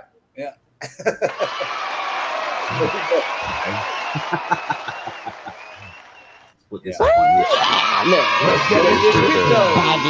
Oh, god damn! Oh, yeah, let's get this crypto. Woo! Love it. Happy Okay, days. here's the question. Based on the roadmap, we always hear about the on and off ramp solutions, virtual and physical cards. How about the strategic investments? Any updates under this bullet? Absolutely. I mean, we are spearheading it with these products that are bringing that revenue in. We also are going to be developing the DVPNs we've talked about, the password management using zero knowledge, as well as the storage. And we do have some strategic opportunities for arbitrage that we're waiting for the right opportunity. The fund's looking pretty good. We're around $776,000, folks. Sitting, waiting to go. So we're being very careful. One of the first rules when you invest, when you manage money, especially for others, never lose the money. You have to be very careful, very diligent. So our strategic investment strategy here is low to minimal risk as much as possible. Good. We're not here to take, long shots. If you want high yield, we have high yield right here in the ROI DAP. If you want steady long-term returns, you have to be conservative, and you cannot gamble just because it looks good, just because it's attractive. It'd be quick money, large amounts of money. That's the type of stuff we run away from. Maybe on a personal level, we can do those type of things, but when you're operating as a company, if you're operating as a DAO, you can't take those type of risks. Correct me if I'm wrong, please, Atlas and/or Brett. But isn't I mean, ArkFi, the development team at ArkFi is having to expend capital to bring online the on-ramp and off-ramp services. So isn't that kind of part of the strategic investment where you're investing some capital to build these systems, and then those systems will provide revenue for the ILC and the legacy NFT holders? Absolutely. And that's what we mean about creating, we call it external revenue, but it's really internal revenue because we are building it, we are creating. So yeah, you're absolutely 100% right. And that's how we believe and see that those funds are right now best spent. Something that we can manage, something that we can control, not relying on third parties, not gambling it away, but that's right. Taking our resources and building together the future.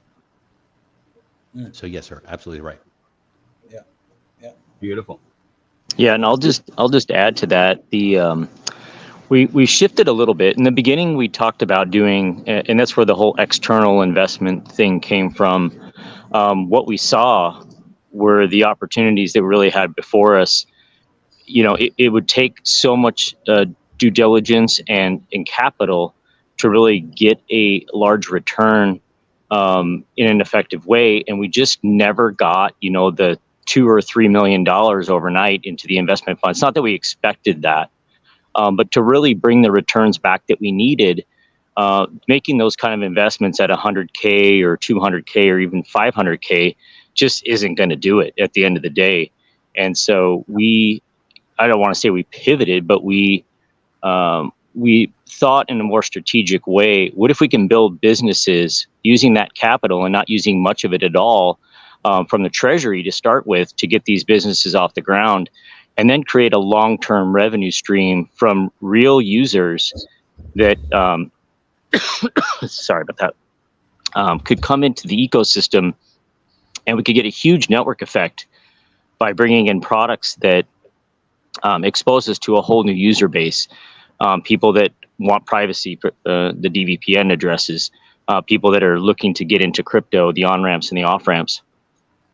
So we're trying to attract people from the Bitcoin community, from the Ethereum community, from the XRP community, whatever it might be, that can learn about our passive income, but through these other revenue streams, through these other products and utilities. And that's a much better leverage of the capital, the small amount of capital that we had to start with, to build these real world businesses that bring in potential investors for the yield products. And so I think we spent a lot of time thinking and brainstorming and dealing with the situation that we had at hand, but I think maximizing the potential returns down the road and minimizing the short-term risk, which we saw all the scams and rug pulls from the bot season that we went through, where it seemed like there was some kind of guaranteed return type products that were out there, and many devs in our space fell victim to that, and a lot of community members and even ArkFi investors lost money. They took capital out of ArkFi and put it over into these bot trading programs that ended up being scams and rug pulls. So while all of that was happening, we were looking at each other going, well, there's no way that we're going to put a dime into anything else that we can't control. And with the limited resources we had, what can we do to really create a long-term sustainability system for ArkFi? And if you think about what a strategic investment would look like now, let's say we took, 50K or something, we wanted to put it into an external fund of some kind. That community, when we say strategic investment now, that community would need to adopt or promote or cross promote our utility products, not necessarily even the yield products. But let's say we went to another project and we did put a small capital investment into that project.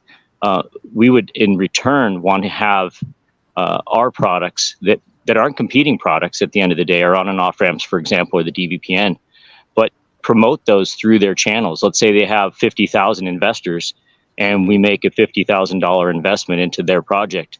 Well, to me, that's very low risk, because the amount of revenue and potentially long-term investors that we could gather from that small investment, whether we got a dime of it back or not, is probably far more valuable than that money that we put in. So I think that we're looking at it in a much different way. When we say strategic investment, it's really a cross-promotional or marketing opportunity, and the amount that we would invest would be, not lost in the long run, because we would potentially get an ROI from the exposure to our utility products that we got from that investment. That's really stretching the dollar out, really as far as you can. It's making your money work for you, because you're taking money, instead of throwing it in a hedge fund or something that's just going to generate possible income. You're putting money into a community that's going to use a utility. By using the utility, we're going to get revenue from that, and also the community is going to see about ArkFi, and there's going to be a percentage that's going to invest into ArkFi. So you're getting investors and you're getting revenue from that money spent. So that's smart money. That's stretching the dollar. Yeah, exactly. Yeah, we looked at how much we had, and we looked at what we could do. We have an excellent team, and using the resources and kind of bootstrapping some of these things. And Alice was talking a little bit about the utilities, the DVPN, the banking services, and those have long-term roadmaps themselves. How those are going to evolve, and the product portfolios that are going to be behind those. So those will live and breathe on their own at the end of the day. And so this seed money that we're putting in now from the Treasury, we haven't even tapped into the legacy NFT fund at all. And that's really going to be the nitro boost, the marketing money, the cross promotional money, those kind of things that are going to bring the user base into those utilities from these other chains, from these other crypto communities, from potential influencers like Brandon mentioned that might have, 1 million users on YouTube, paid placements, for example, content marketing, things like that, well outside of what we're doing right now to promote, our yield product. And the yield product, it's a niche product, and not a lot of people understand and know about it. And it does take the educational process, the time to bring people on board. So we understand that. So these other kind of low barrier utility products, things people use every day, it's a very low risk. Come in, put $50 on a virtual card, go spend it at Best Buy or whatever, and enjoy the service. And oh, by the way, come over here and let's get you educated on what DeFi is. Let's teach you how to grow and earn a passive income. So there's just so many leveraging opportunities across that, and cross promotional opportunities, that while we're capturing these larger audiences and we're not beholden to any one specific community or type of investor, we can really accelerate things and bring them through our Zoom presentation funnels and our onboarding process in an efficient way, and grow and develop that at the same time. So now we have a working engine. We have a top of a funnel that's much, much larger than our little corner of DeFi, and now is into the millions of numbers of potential users. And then we're bringing them down. And even if it's a very small percentage that ends up in the yield product side of things, that's still a huge number of people, and it's a really big win. So that's kind of how we set things up now. I think it's the right approach for this moment in time, building during the bear, getting at least the base of products in place, expanding as we go, and then really make our marketing and our education funnel much, much more efficient, larger, automation where we can, and things, so we can really turn the crank when the bull run starts to come. Yeah, for sure. Yeah. Let's go. Very well said. Let's do it. That's right. I was wondering, this is just an idea. I was just thinking about it right now, because we're talking about influencers. Brandon was talking about influencers with 1 million or more users. Again, these are people who don't have experience in the crypto space. And I know that ArkFi has the app available. I'm wondering if you're going as far as thinking about a custodial solution where if you do have the fiat on ramp, off ramp, now, I mean, people still need to understand, how do I operate, or what's the MetaMask and these wallets. Now, if there's an easier way to then, if you have a fiat on ramp or off ramp within a custodial type of wallet, and then they ultimately have the power to convert out to a non-custodial in time. Have you been talking to NATO? I was going to say. What's that? This fella NATO is in our community. I mean, he's always one step ahead with questions and stuff, and he was real big into trying to get the group into the team into looking into doing the type of custodial wallet like you're talking about. Well, yeah, it's a little inside joke. Yeah. Well, only because we're talking about the people, attracting people that have no clue of how to no experience. Yeah. Right. You got to understand MetaMask. You got to know how to add tokens. You got to know how to do all that. So it is a learning curve. But to eliminate that, I mean, custodial may be a possible solution. I mean, I'm just putting this out there. I mean, if you guys so the point of one of the main points of this affiliate system that we're building and the sales funnel that Brett mentioned and the Zoom calls, etc. The point is that we do the onboarding completely. So the influencer is hands off. They don't lift a finger. They just shill their link and get people to click on it. And then we do all the heavy lifting. And then there's also an aspect where, yes, I agree with you. There's an educational process that needs to take place for these brand new people.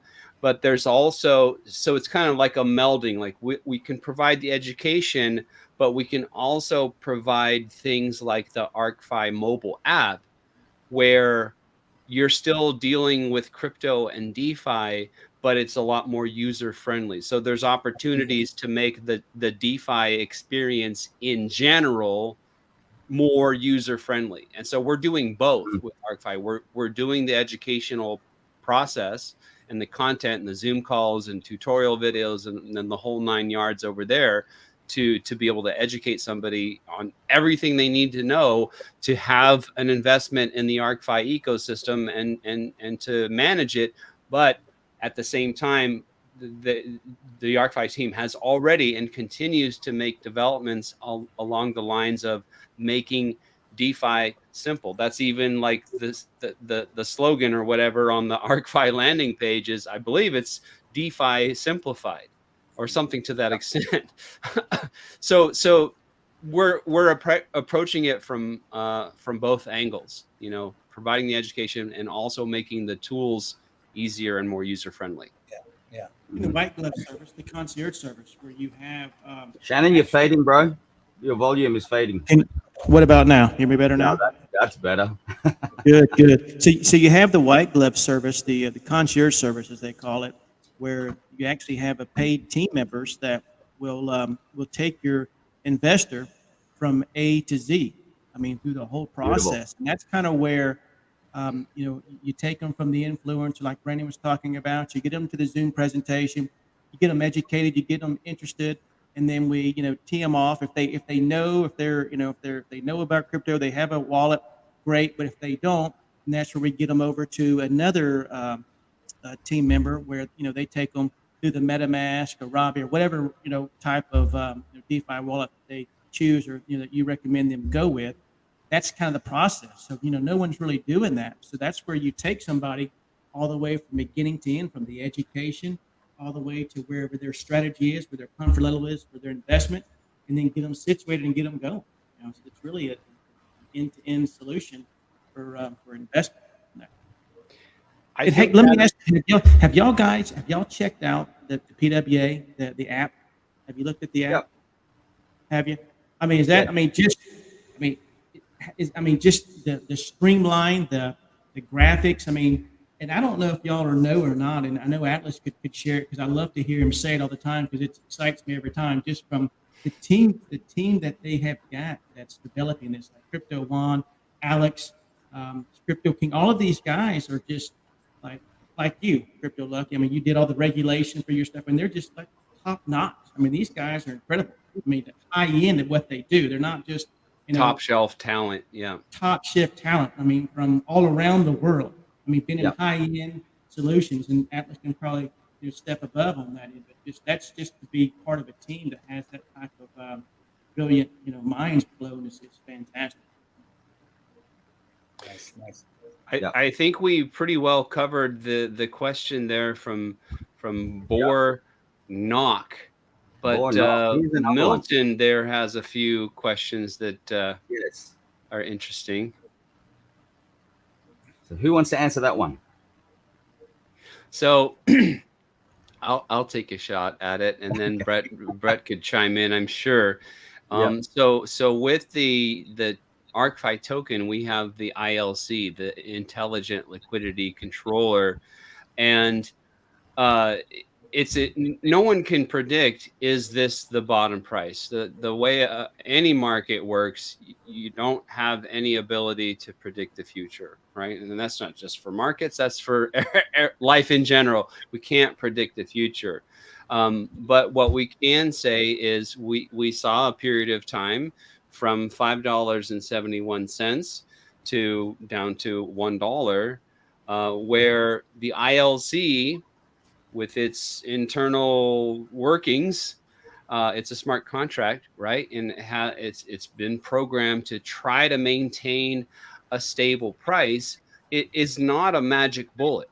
In other words, if there's more sell volume than buy volume, there's nothing that the ILC can do about that. The ILC can't control what individual investors are doing en masse.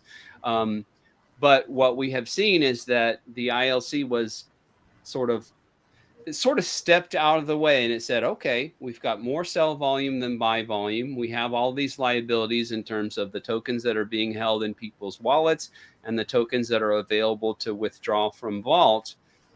Those are the liabilities. Here's the sell volume. Here's the buy volume.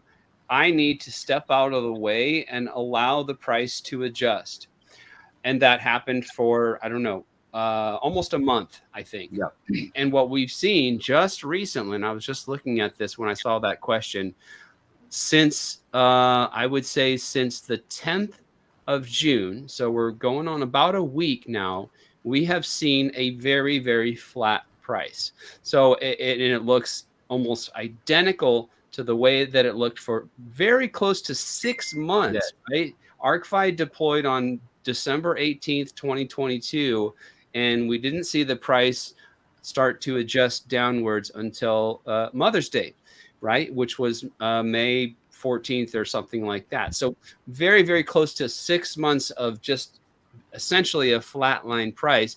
Then we saw the price adjusting down due to the liabilities and the sell and buy volume.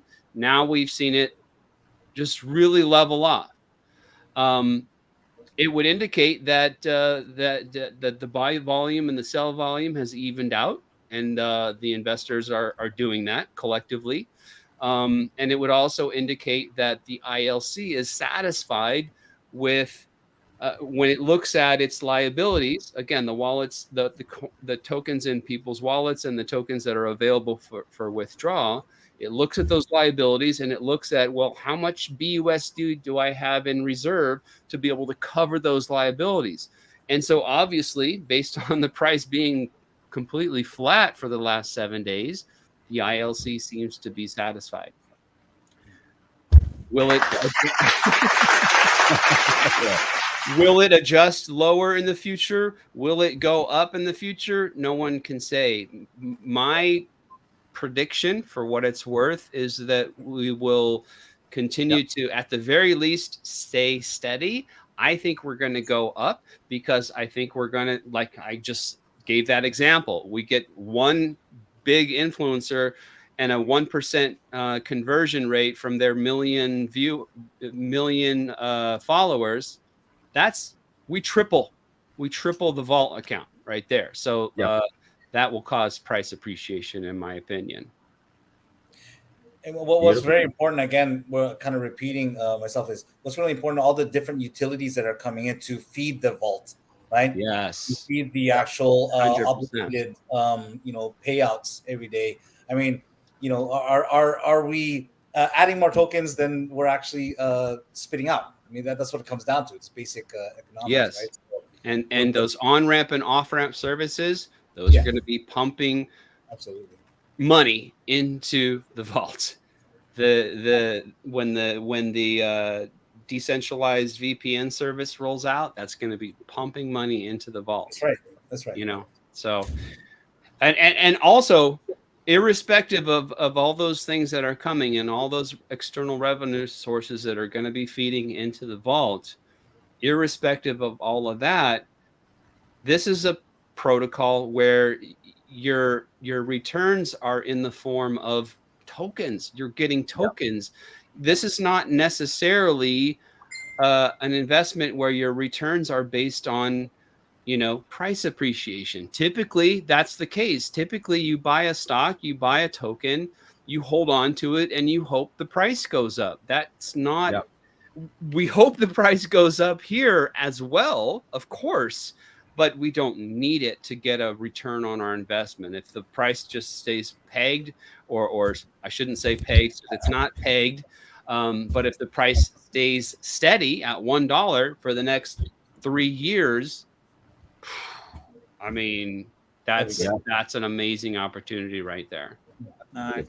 Hey, let me ask Brett a question real quick. Brett, I've noticed go ahead. over the last couple of weeks, even maybe 3 or 4 weeks, you know, whenever we were in the pre-phase of launching the ArkNet token, well, for the pre-seed round, you saw people's wallets being accumulated of ArkFi tokens, bunch of them. I've noticed now that we've just steadily gaining the wallets are just gaining a lot of ArkFi tokens in there. And I was out of pocket for about a week or so from the podcast. I don't know if I missed something or what, but why do you think there's a lot of accumulation of ArkFi tokens in the wallets now, more so than before? Yeah, I think that it might be a product of the price now, because people don't necessarily sell or put them into the legacy savings account until they have, you know, say $20 worth or something. They have probably a mental price target in mind or a value target in mind. That's just my guess. Makes sense. You know, at $5.71, if you had, you know, 3 or 4 tokens, you were probably, it made sense from a gas perspective to sell those or use those tokens. So maybe now people are stacking a little bit more before they do that. And that would be my best guess as to why people are holding those, or they're stacking for the legacy savings account, which we've seen, you know, quite a few new mints coming through on the legacy NFT side, and also the legacy NFT fund growing significantly. So that's a positive for the protocol. It's keeping liquidity in the system instead of taking it and putting it into, you know, something else, or the Pepe, as we saw there steadily. So we were giving opportunities, and I think that was important for the pre-seed round. I know we took a little heat for pulling the 300K of liquidity in equal balance, which didn't affect the price of ArkFi. But what we wanted to do is give people a choice, instead of putting their money into the Pepe, putting it into ArkNet at the end of the day, which, you know, we believe is a huge opportunity for developing a privacy network that's going to have a lot of utility and use case for not just people in ArkFi, but other developers to come and build products on top of. And that was really our goal with that. It was a two-punch strategy. One, add to our roadmap in a way that we have better control over the infrastructure, because building a true private, decentralized, autonomous network is very difficult. Other people have done it or tried to do it, and it just ends up being a bunch of people with mobile phones and underperforming nodes at the end of the day. And we really want to build something that's enterprise grade, and to be able to take some of the liquidity and put it towards something, you know, as high value as that, I think was not only a great strategic move from an ArkFi investor perspective, but also just expanding on and potentially building a world-class enterprise-grade decentralized network that blockchains and businesses can come and use for cloud storage, use for VPN services. I think is exceptional. And really, if you look at our roadmap and where we're going, this is all coming from Atlas's background, and he originally set out to do a fintech, but there was a couple different, directions to go, and he ended up getting into DeFi, into crypto projects, and here we are. So we're bringing that knowledge and that wealth of understanding, and what he had already kind of gone through the paces of, and he's adding that intellectual property to this project now, and to ArkFi, and bringing that know-how to the ArkFi investors in the community here to build these utility products. But if you look at the roadmap, so it's crypto banking, and then further down the road, it was looking at building a layer one.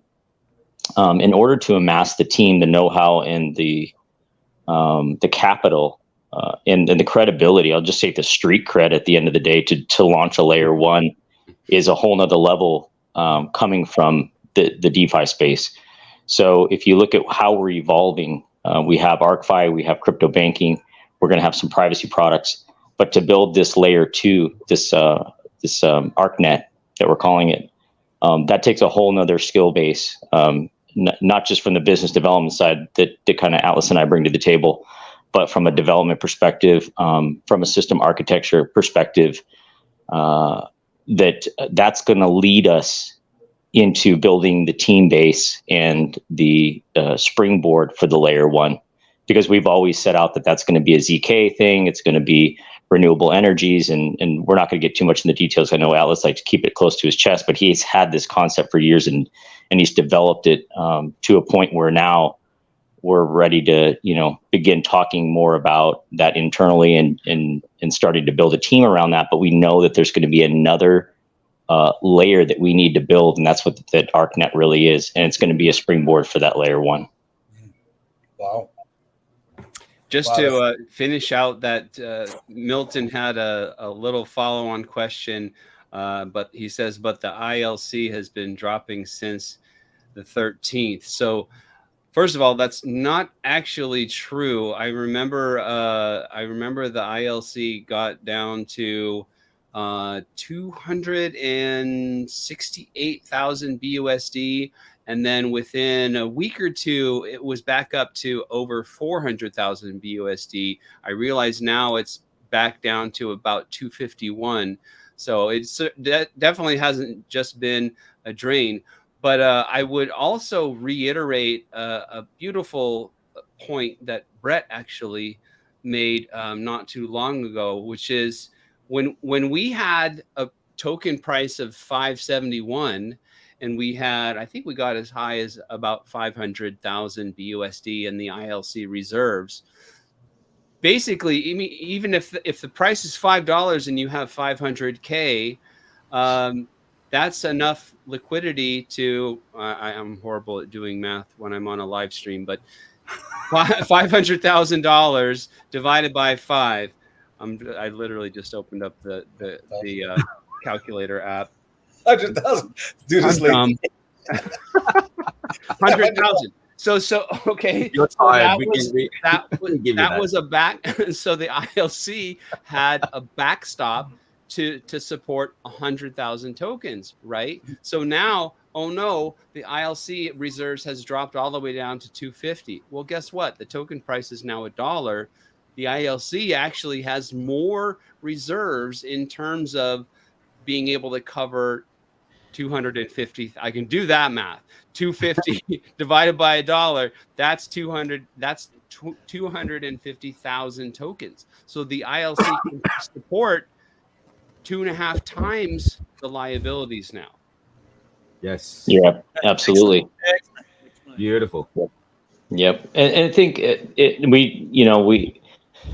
and this is where I think, some people talk about the decentralization argument, and they say, well, we don't want there to be a team. We want this to be an immutable contract where nobody steps in and interrupts things. But then I think in the stages of projects like this, where we're developing, we're building tools, we're building the community, we're building all of these different things, we have to have some levels of, it's not necessarily intervention, but inspiration in the contract side, in the product development side, in the introduction of the legacy savings account, for example, the pre-seed round for ArkNet, all of these things, they're all tied together, but it's the timing in which you do it and it's how you execute it, I think, can make or break a project at any given time. And like you said, now we have a much longer runway at the price where we are, with the liabilities we have, with the number of tokens that we have in the Ark Vault.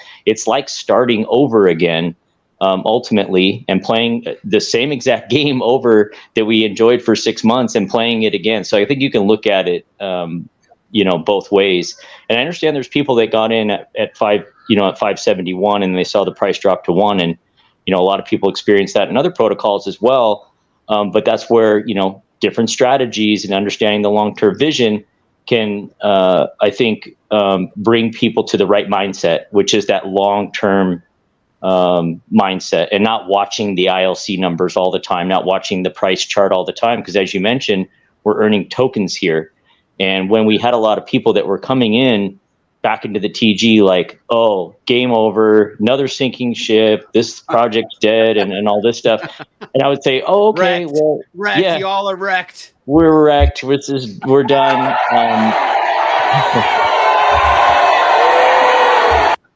Yeah, I would ask him, I said, well, have you ROI'd? Send me a screenshot of your vault. Yeah. And they would send me a screen. Oh, yeah, I ROI'd. I made like twice my money back. And my max payout percentage is 1.1%. So they're at like, they've been paid out like, 800 tokens or something like that of the 80,000. And they're still going to net 27,000 tokens at the end of the day. And they put in, $500. And they've already made back 1,000 or whatever. So it's just perspective, and it's understanding that ROI dApps are going to go through cycles, and really the concept of the ILC, while it has its controversy, is just another tool in balancing the ecosystem, and that's all it is. It's balancing liquidity, and we did that from the ground up, and how the mechanics work. How we've set thresholds with the CWR, the NDV, different aspects of that, but it's still a very high return opportunity if you're coming in at different times and you're enjoying different cycles over a long period of time. It should not be taken as a snapshot in a moment in a wallet's life cycle. And I think that's very important for people to understand, that there's 27,000 tokens to be had with different wallets. And just because you came in and started a wallet at 571 and went to $1, it's just going to take you a little bit more time to get that ROI. And getting an ROI in this market, I think, is an achievement in and of itself. But then still having an opportunity, once you've got that capital back, to sit back and relax and watch that wallet play out for another 2 to 3 years is just, it's an amazing thing. And if the price goes up, great. If it doesn't and it stays around where it is, you're still going to enjoy multiples upon multiples. Right. And if you see the roadmap and you understand the integrity of the team and all those things you mentioned, then you'll start another wallet, right? And you'll enjoy the 2% again. You'll get that ROI again. Now you've got a whole nother 2 to 3 years to enjoy while you watch that wallet play itself out. So I think it's all just perspective, and it's education, and it's not to stare at a price chart or any one particular metric. Because if you step back and look at where you are in the life cycle of that wallet and understand that ROI dApps, no matter how they're designed, are going to go through cycles. They're just designed that way because it's supply and demand at the end of the day. It really is, because let's say that we built some amazing businesses and we're just pumping capital into the ILC. Like, our revenue streams are off the charts, growing exponentially, but we're not bringing in yield product customers. Well, eventually people are going to look over there and go, hey, look, the ILC has $2 million in it, and there's only, a very few number of vault accounts that are active. Well, I want 100 of those, because I know that liquidity is going to go back into my pocket. And so that price, while it's probably, remaining at a very high price and at the upper threshold, they're going to come in and the ILC is going to grow. But then over time, as those wallets mature, that liquidity is going to be pulled out. Now, if those business revenues aren't exponentially growing to feed that exponentially growing number of tokens that are in people's wallets, the price is going to come down. And then people are going to exit, and then they're going to say, wow, the ILC is pumping again. Let's all jump back in and get that liquidity back in our wallets. And that's just going to be the ebb and flow of it. So, it surprises me that people, they haven't taken the time to understand the basics, but they're very quick to, come back and object or be negative about it or whatever it might be. So it's just the nature of what it is. And I think if you are in this business, you're part of a team or part of a community or a leader in the community, you're just used to it. And like you said, like spending your time kind of battling that sort of stuff at the surface level is not the best use of your time. The best use of your time is educating and getting out and scaling your message through, the Zoom presentations, your YouTube platform, whatever it might be. Because if you get caught up in the Telegram or the Discord or whatever the platform might be, in those little fudsters or whatever you want to call them, the ones that have spent 5 minutes, they threw in a few bucks, they ROI'd, and now they're coming back to just kind of slam the project. It's not productive. You're not gonna win that battle. You mentioned a couple of things. You mentioned the word perspective, and then you also spoke briefly about starting a new wallet, and it made me think about something that's also true. I mean, first of all, I completely agree with everything you just said. I think it was very well said. But from the perspective of a brand new person, which, if everything goes according to design with the affiliate program and everything else, we're going to be onboarding millions of new people, or maybe that's exaggerating. We're going to be onboarding lots and lots of new people, right? And from the perspective of a brand new person, that previous history is completely moot. It's irrelevant. They don't care at all that the price went down from $5.71 to $1. That has no bearing on their investment results. From the perspective of a brand new person starting a brand new wallet, the only thing that matters to them is the price they paid for their ArkFi tokens at the outset, and where does the price go from there. So I think it's awesome that we hit this dollar price. It now seems to be doing that same flatline mode that it did for almost 6 months previously. And somebody starting out brand new has a fantastic opportunity. I mean, I ROI'd not completely, but I'm also tacking on the $10,000 platinum NFT that I personally purchased. But I'm close to 80% ROI'd, and I know that I have multiple months, if not years, to enjoy that constant passive income that keeps coming in every single day. So I just wanted to make that point that, a brand new person, and we're going to be bringing in a truckload of them, it doesn't matter that the price went down. It matters that it seems to be solid here at $1, and maybe it'll even go up. But if it stays at $1, thumbs up. And you said 80%. You said 80%, around 80%. For me personally, yeah. I aped in pretty hard. And how long has it been? I got in right at the tail end of January. So I have not been around since day one. The whole thing is what other opportunities are out there where you get 80% within 6 months? I mean, that's just the way I calculate in my head. So it's I've already laid the groundwork for like I said, many months to come, where I'll be getting a daily passive income. So it's going to go well over 80%. It's going to go well over that. I'm very confident. Yeah, because our ArkFi is not necessarily a speculative project, right? I mean, price does matter, at certain times, depending on your strategy. So if you do, I mean, we're always telling people that we help on board is, if you have a bag, you don't put your whole bag into one project at one time. You gotta just kind of DCA in, and that's ultimately the best way to dollar cost average for people best way to approach any project. and you'll find that at the end of the day, you're way ahead because you know, I think a lot of people have been spoiled from in the DeFi space where they're getting these huge returns, and you know, everybody thinks they're an expert once the bull market's in, right? I mean, everything you touch, you're making money. Now we're in a bear market, so projects like ArkFi and the other ones around right now that are still holding strong, no matter what the price is, it's still the same process and it's still the same code. It doesn't change.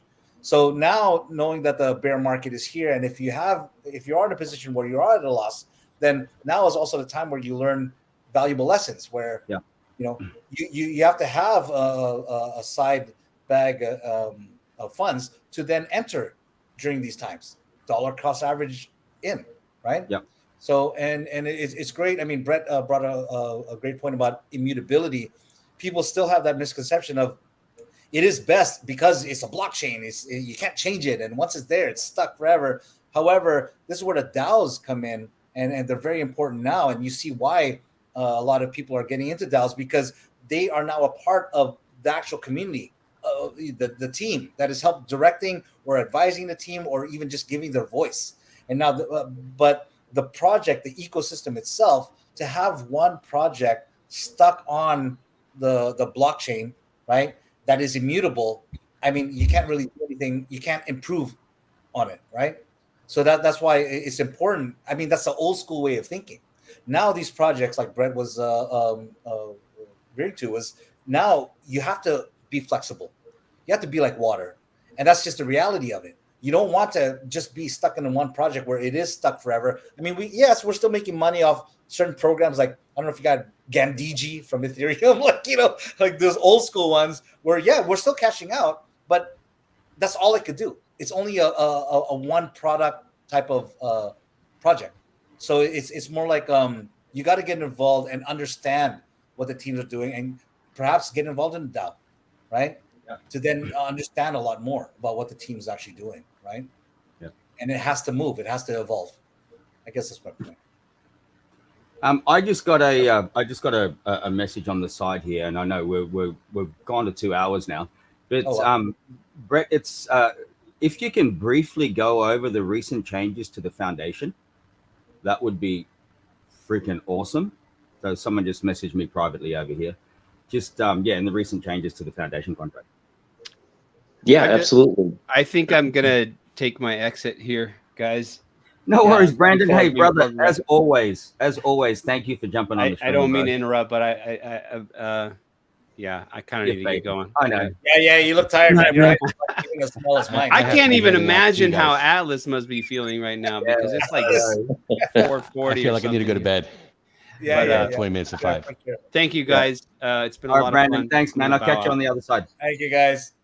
Peace. See you, Brandon. Cheers. Yeah. Sorry, Brett. Yeah. No problem. Yeah. So the major difference between the previous foundation and the foundation that we have now is that when you make a deposit into the foundation contract, whether that's BUSD or ARK, the ARK component of the liquidity pool token that's formed, called bond, which is a 50-50 BUSD ARK pair, the ARK component, when you cash out, or so if you withdraw from the foundation ultimately, and we don't have any locking periods, there's nothing like that. But when you do the withdraw, the ARK from the bond, so the whatever the component is of ARK, goes into your vault account instead of going to your wallet as BUSD before. Previously, we allowed, when you did a withdrawal, the ARK would be sold and you would receive all BUSD based on the bond value that you're withdrawing. Mm-hmm. So that, when the price depreciated, when the price came down from the 571, we saw people starting to sell out of their foundation. I think Atlas touched a little bit on this, so people had, a lot of them had just enough to qualify for the Spark rewards or the referral rewards for the level 1. And that was $250. And so we saw people, that it dropped below the $250 threshold. They got frustrated. They saw the price going down. And so they just dumped their bond and they withdrew it. And when they withdrew it, the ARK got sold. So it caused kind of a little mini bank run scenario that we hadn't anticipated, to be honest. We thought that the benefits and the utility of the foundation, being the Spark reward and the level 1 referrals, was a great incentive for people to stay in, to support the liquidity of the protocol, and just kind of be friendly investors to the protocol that way. But it turned out that, you know, that that greed component took over, and for that as that price was going down, they saw their bond price going down. They decided to jump out, and that ARK got sold. And when that ARK got sold, not only did the liquidity go down, but then also the price of ARK went down, and that put the stress on the ILC at the end of the day. And the ILC, protecting its reserves, seeing the number of ARK that was getting pushed back into the liquidity pool, and needing to satisfy the sale pressure of ARK, ultimately just, you know, stopped supporting a floor, and that's when the price went down even more aggressively. So it's sort of a 1-2 punch, and we fixed that up. We patched it now, so that can't happen ever again. So it's more of a closed system, and when your bond gets withdrawn, the ARK goes into your ARK vault, the BUSD component goes into your wallet, so you're still getting something back. So it's more of a utility protocol where there is what I would consider a high yield opportunity. And I think a lot of people that stayed in the foundation saw very, very high rewards while people were pulling out of the foundation. So it made sense to stay in for some people, simply because they were getting that yield. But other people saw the price of bond going down, and they just jumped out. So that was the main thing that we patched up. We also did make it so that there was a tax now on the ARK when you deposit it. If you deposit solely a single side of either ARK or BUSD, so if you're just depositing BUSD or just depositing ARK, then there is a tax on that, because we have to take half of that and either sell it if it's ARK, or we have to buy ARK.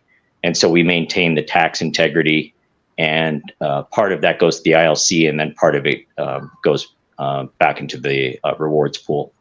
So we kept that true to the same ways. If you purchased in a similar way, if you purchased ARK for the vault and made that deposit, there's a 13% tax. And we also kept the 13% tax on single deposits for either purchasing ARK if you deposit BUSD, or selling ARK if you're just depositing ARK. You can provide both BUSD and ARK in equal values to avoid that tax. So if you're already in the vault and you're earning ARK and you want to jump into the foundation, you can pair it up with BUSD to avoid that 13% tax. Nice. So yeah, man, super excited about that. And I love that solution. So thank you for that, guys. That was a great solution, because I talked about that when we first got in. Was that the liquid style or type of where users are able to pull out 100%? That you need that cash in the system as well. So if it is 100% liquid, it's vulnerable, right?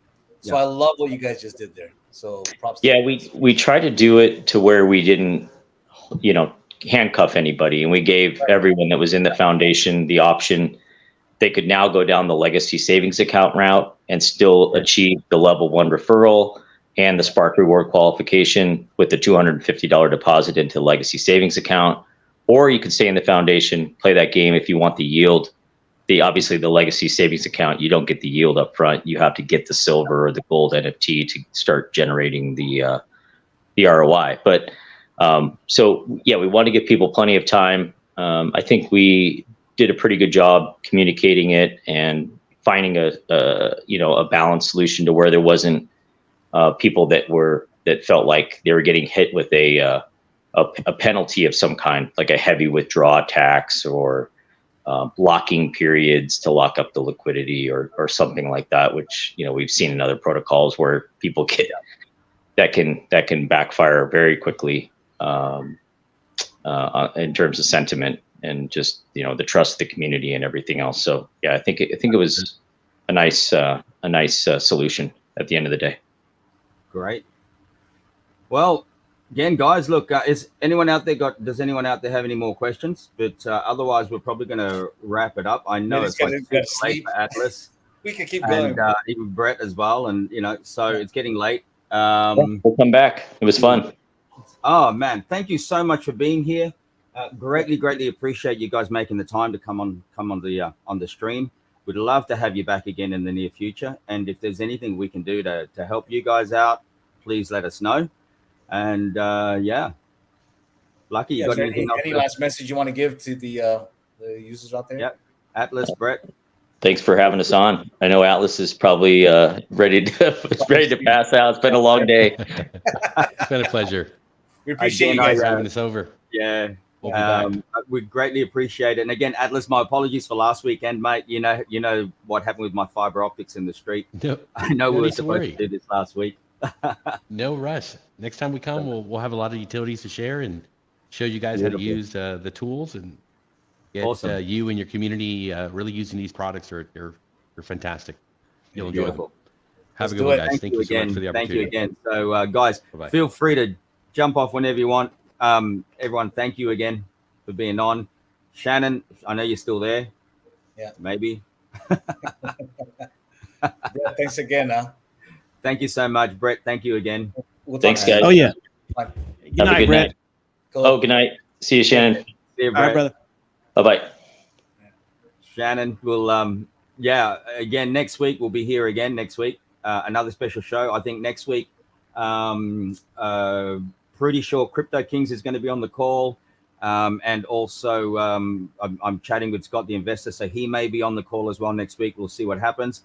Obviously, myself and Lucky will always be here. Right? And we've got some exciting stuff happening. Shannon, did you like our video?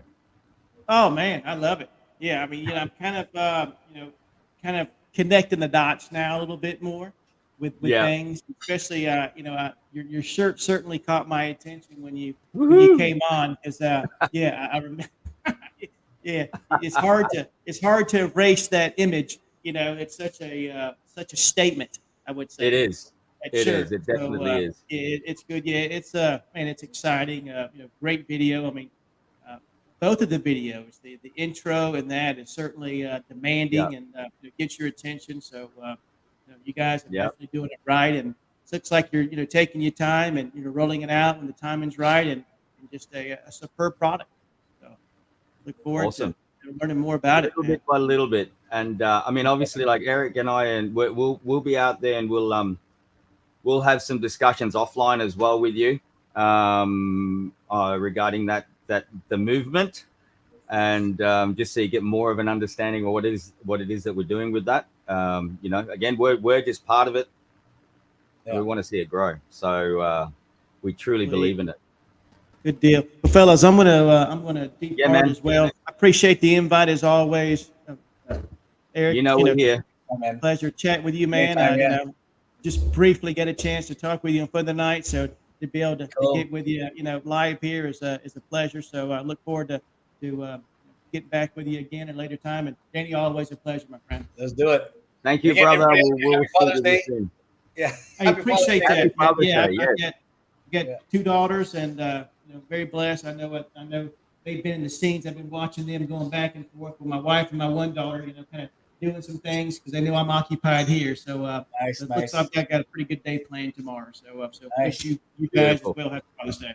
My daughter just brought me these Chinese coconut buns, Hong Kong style. Yeah, it's pretty nice. Oh man. Yeah, so sweet. And my wife brought in bacon and eggs. That's why my camera was going off earlier. Hey, you guys are celebrating. Awesome. Well, we're have blessed, a great man. night. We're blessed. Thank you, brother. Right, dude. And we'll speak with you soon. Everybody else out there, thank you once again for tuning in to another great Alak-Azul show. And as always, I've got to finish with one of these. And also do my coffee. Yeah, got to do this. Alak-Azul champions. Cool. Love it. Love it, love it, love it. So we'll see you all again next week. Hopefully. And that's the thing too. One thing. Check on the description down below after the video is finished. You'll see that we've actually I've actually just started the Alak-Azul Show channel on Telegram. So if you guys want to go over there, it's still being put together, but please go over and subscribe to it, and you can start chats, and you can put in there topics that you would like us to discuss on our upcoming shows. Okay. So, and we'll keep you updated. Yeah. Let's all get this together. So all together. So yes, please go over to Telegram. You'll see it over there or on the link below the video here, and hope to catch up with you really soon. Thank you again, champions. Alak-Azul. I'm going to play my outro unless you want something else to say. You got something else to say, brother, before we do? Cheers. Thank you. All right. Okay, let's do our outro. Lady champs.